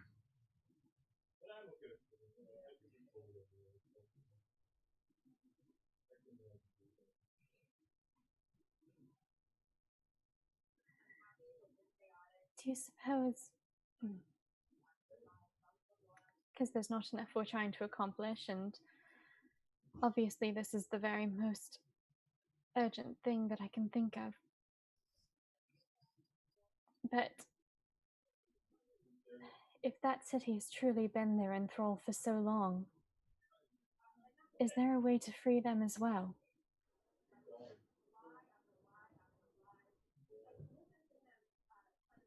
They are locked in place by their natures and by the demons that hold them. That is all.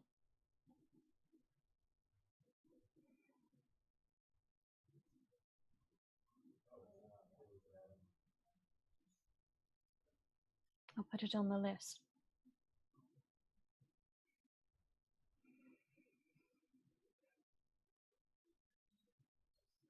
I had thought to ask you about this very subject, but it was in regards to slaying the creature that torments him now, and I was not sure that you'd know anything about that because It claims to have set up shop in Abarak once upon a time.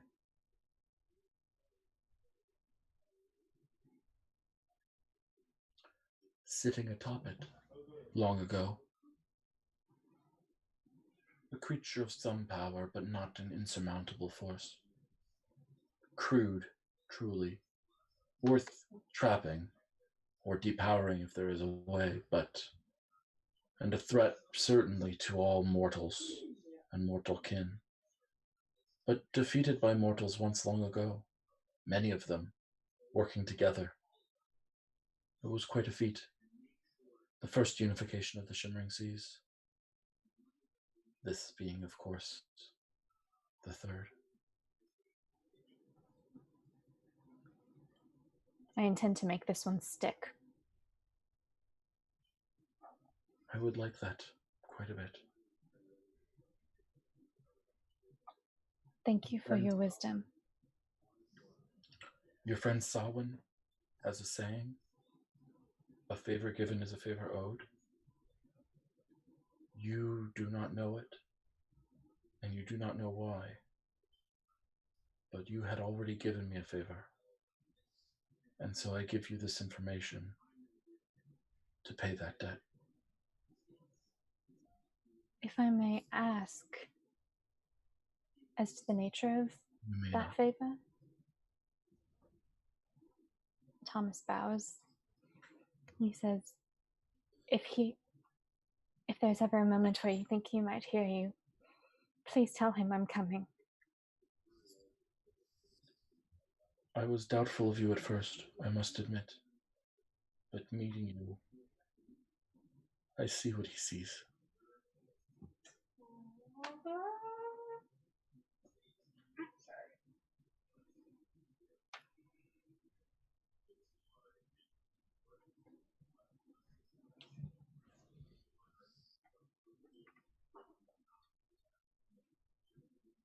And the camera turns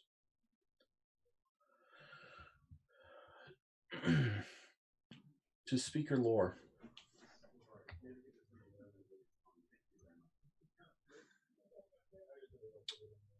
Speaker Lore is a foxfolk. Hey. With 6 tails. Dang. I'm close.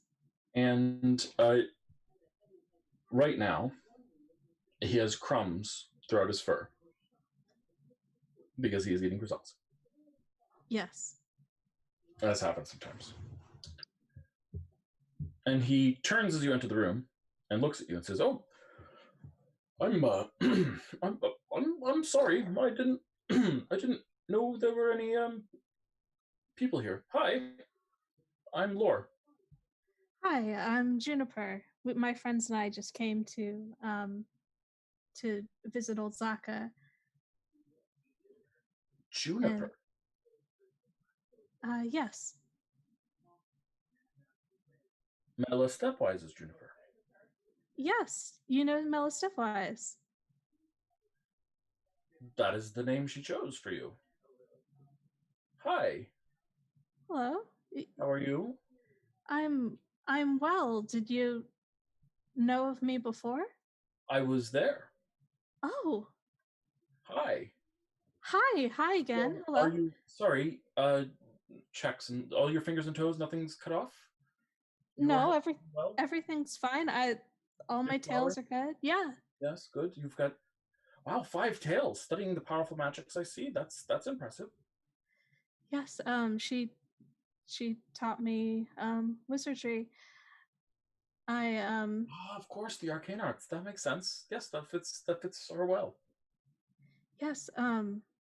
Well, nice to meet you again, even though I'm afraid I don't recall. Nor would you, I would think. But you're healthy and you're well, and you have a good life. People are taking care of you, and you take care of them. You've got people in your life. Yes, I do. They're in the other room. This is very forward of me, but might I hug you? Yeah. And he topples over the table, hops on it and runs across it, and then hops off it and hugs you. Oh, yeah, I'll hook him back. It is good to know that you are well. And you see like tears in his eyes. Is everything all right? No, it's sorry, just seeing you leave all that time ago. How did you know me all that time ago? Oh,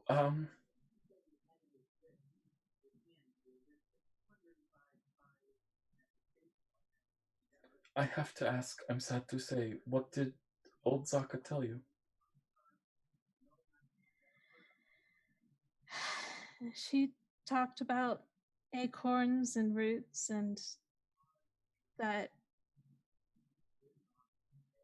I'm still needed where I am.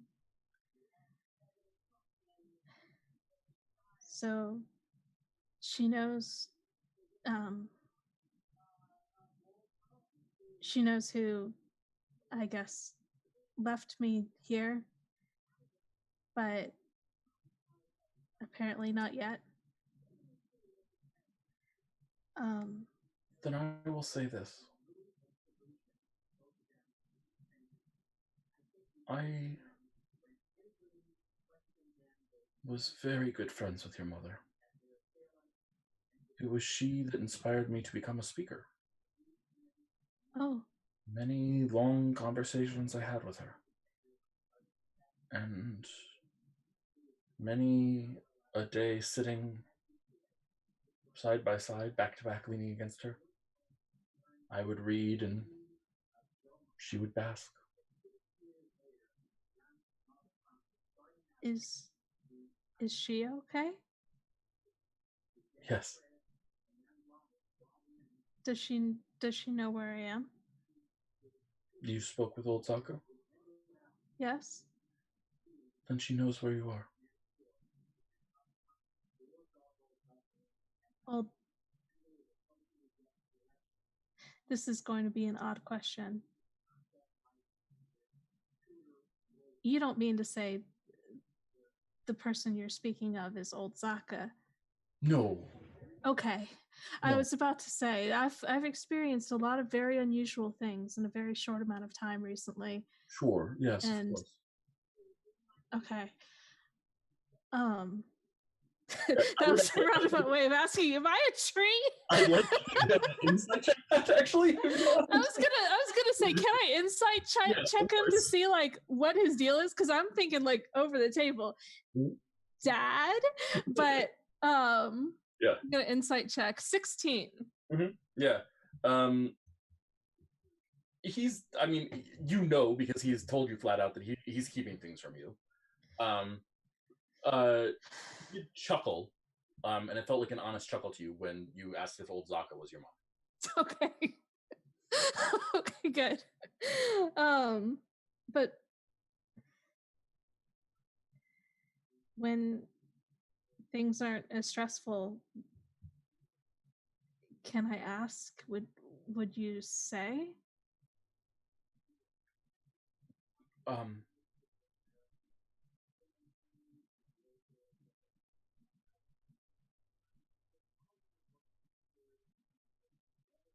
If I've learned anything from my time with old Zaka, it's that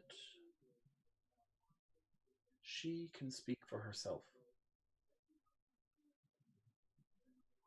Sometimes there are trees that I need to speak for, but she is not one of them. And she will tell you when she thinks it is right.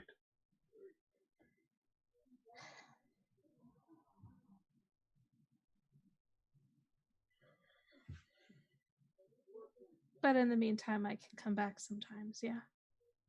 She would love that, and honestly, I would love that too. It's good to see. What do you do for fun? For fun? Yes. I Stones, or go running or swimming or well, jumping? I don't swim very well. all the fur, but yes, of course. I've sew and knit, and I've You work with your hands. Yes, I've made things for my friends. That's wonderful. And what a great way to create something. Yeah, and really into tea in a big way. Of course you are. He smiles broadly. And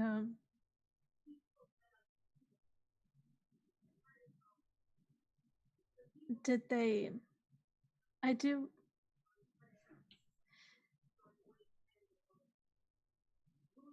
It's not that they didn't want me, right?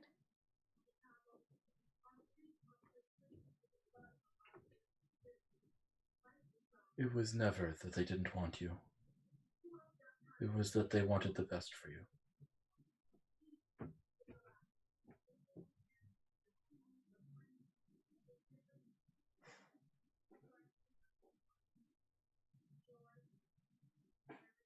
Well,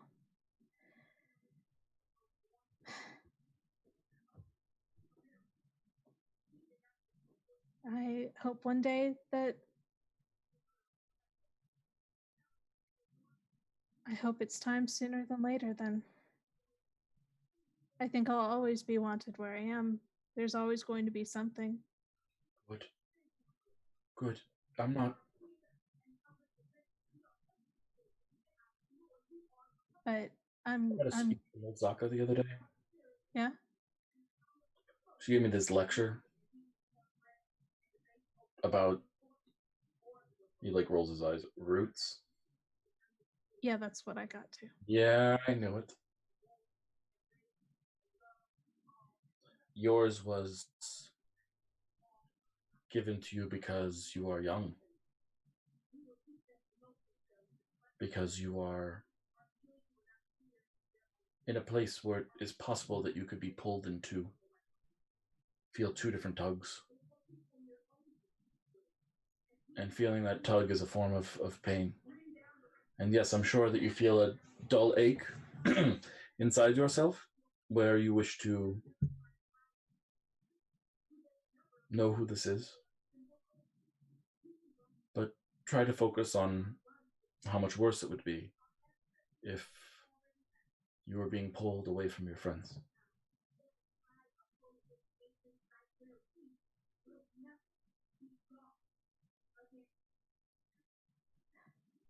I'll try to keep that in mind.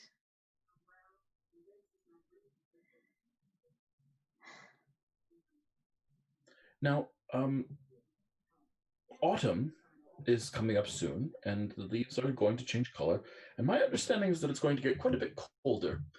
I don't suppose there's any chance that you have time in your busy life to knit a scarf or so. Yeah, I can do that. Great. Well, then, when the scarf is complete, if you would come back and drop it off, and we can have another conversation. I'm sure you're busy now, but we can discuss it over tea or some such. And since you mentioned that, and well, maybe I can entreat you to a game of Dragon Chess. Sure. I don't know. Has she played that before with Stepwise? Probably. Probably, yeah. Stepwise certainly has. Yeah. That would be nice. What's your favorite color? Oh, I am the speaker of the trees. How could it be anything but green? Green it is. I'll be back when I'm done. Thank you. I look forward to it already. And I think with that, we will close the episode.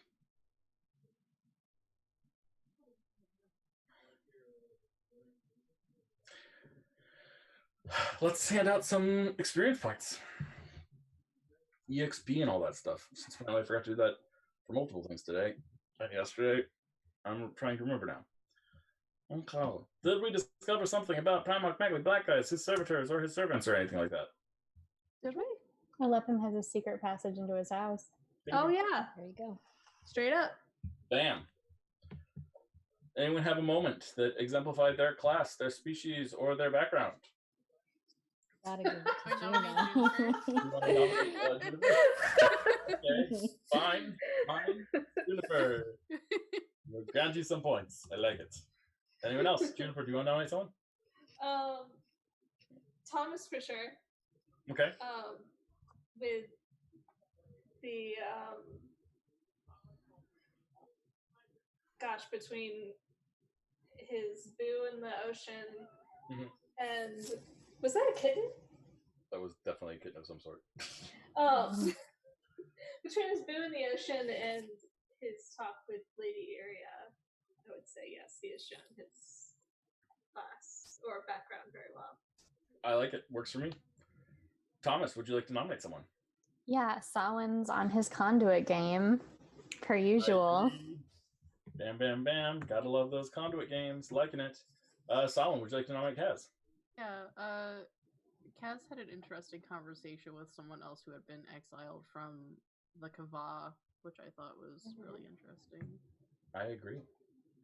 Kaz, did you overcome anything this session? Any difficulties or challenges? No. Okay. Thomas, did you overcome anything this session? No. Solon, did you overcome anything this session? Is it considered overcoming if he's coming to grips that he's just going to be doing this for a really long time? Like after his conversation with old Zaka? Yeah, I mean, I think, do you think Solon's come to grips with that fact? Like, he's just like, this is going to suck for a while, but I've got to be the one to do it? Is that his position? I think he knew that he was going to be at it a while, but I think when he was sitting in front of the tree, he realizes that it's going to be a lot longer than he originally thought. Mm-hmm. Okay. It's your call whether you think that if he's come to grips with it, then I would say definitely. If he's thought like, yes, this is just going to be my life now, then I would say definitely. Yeah, no, I think he was under the impression that everything was going to like fall into place much sooner, but I think like sitting in front of old Zaka and hearing her say that like you're gonna feel dirty for a really long time, then and then he's like, oh, like I can't dispute that. I have a really old world tree telling me this, so I guess I gotta okay, I gotta temper my expectations once again. I'm not as smart as I think I am. Or solid. And Juniper, did you overcome anything? Does her conversation with old Zaka count? It's your call. What do you think? I think, yeah, being honest about her emotions and doubts and all. I strongly agree. And let's do beliefs. We'll go, I don't know if I'm going any direction whatsoever. I can't tell what I'm doing. We'll do counterclockwise via the stream, and we will start with Thomas. Thomas, what was your belief, and did you overcome it, or accomplish it, or work towards it? Yes. I mean, his belief was he was going to try to pursue funding for the shipment that's about to come, and I think per the arrangement he was able to make with Lady Iria, he was able to pursue and secure it. Yep, I agree. Congratulations. Sawin. Yeah, I was able to get make solid plans for taking out Aleppum. Works for me. Kaz. I think I worked on it, but to actually accomplish it, I need to talk to Tiri and get the food out there. Sounds good. And Juniper. Yeah, I talked to a tree about a fox. You talked to a tree about a fox. There you go. Guys, that's a 20-point session. Gotta like it. Feels pretty good to me. Congratulations, y'all. That was a lot of fun. Hey, everyone who's watching, thanks so much for watching. Hope you're having a good life. We've got to go to bed because it is getting late for some of these people. Yeah. It is very late. Sorry about that. There was a tree. It was interesting, and I stopped watching the time in the way that I normally do. Sometimes the fox you talk to the tree about is yourself. Yes. Thank you so much for watching. Please like our stuff, follow our stuff, subscribe to our stuff, check us out. We've got all that good stuff. And go live good and happy lives and be helpful to one another as best you can. And as always, the best advice that I can ever offer is call your cat and feed your mom. Bye, everyone.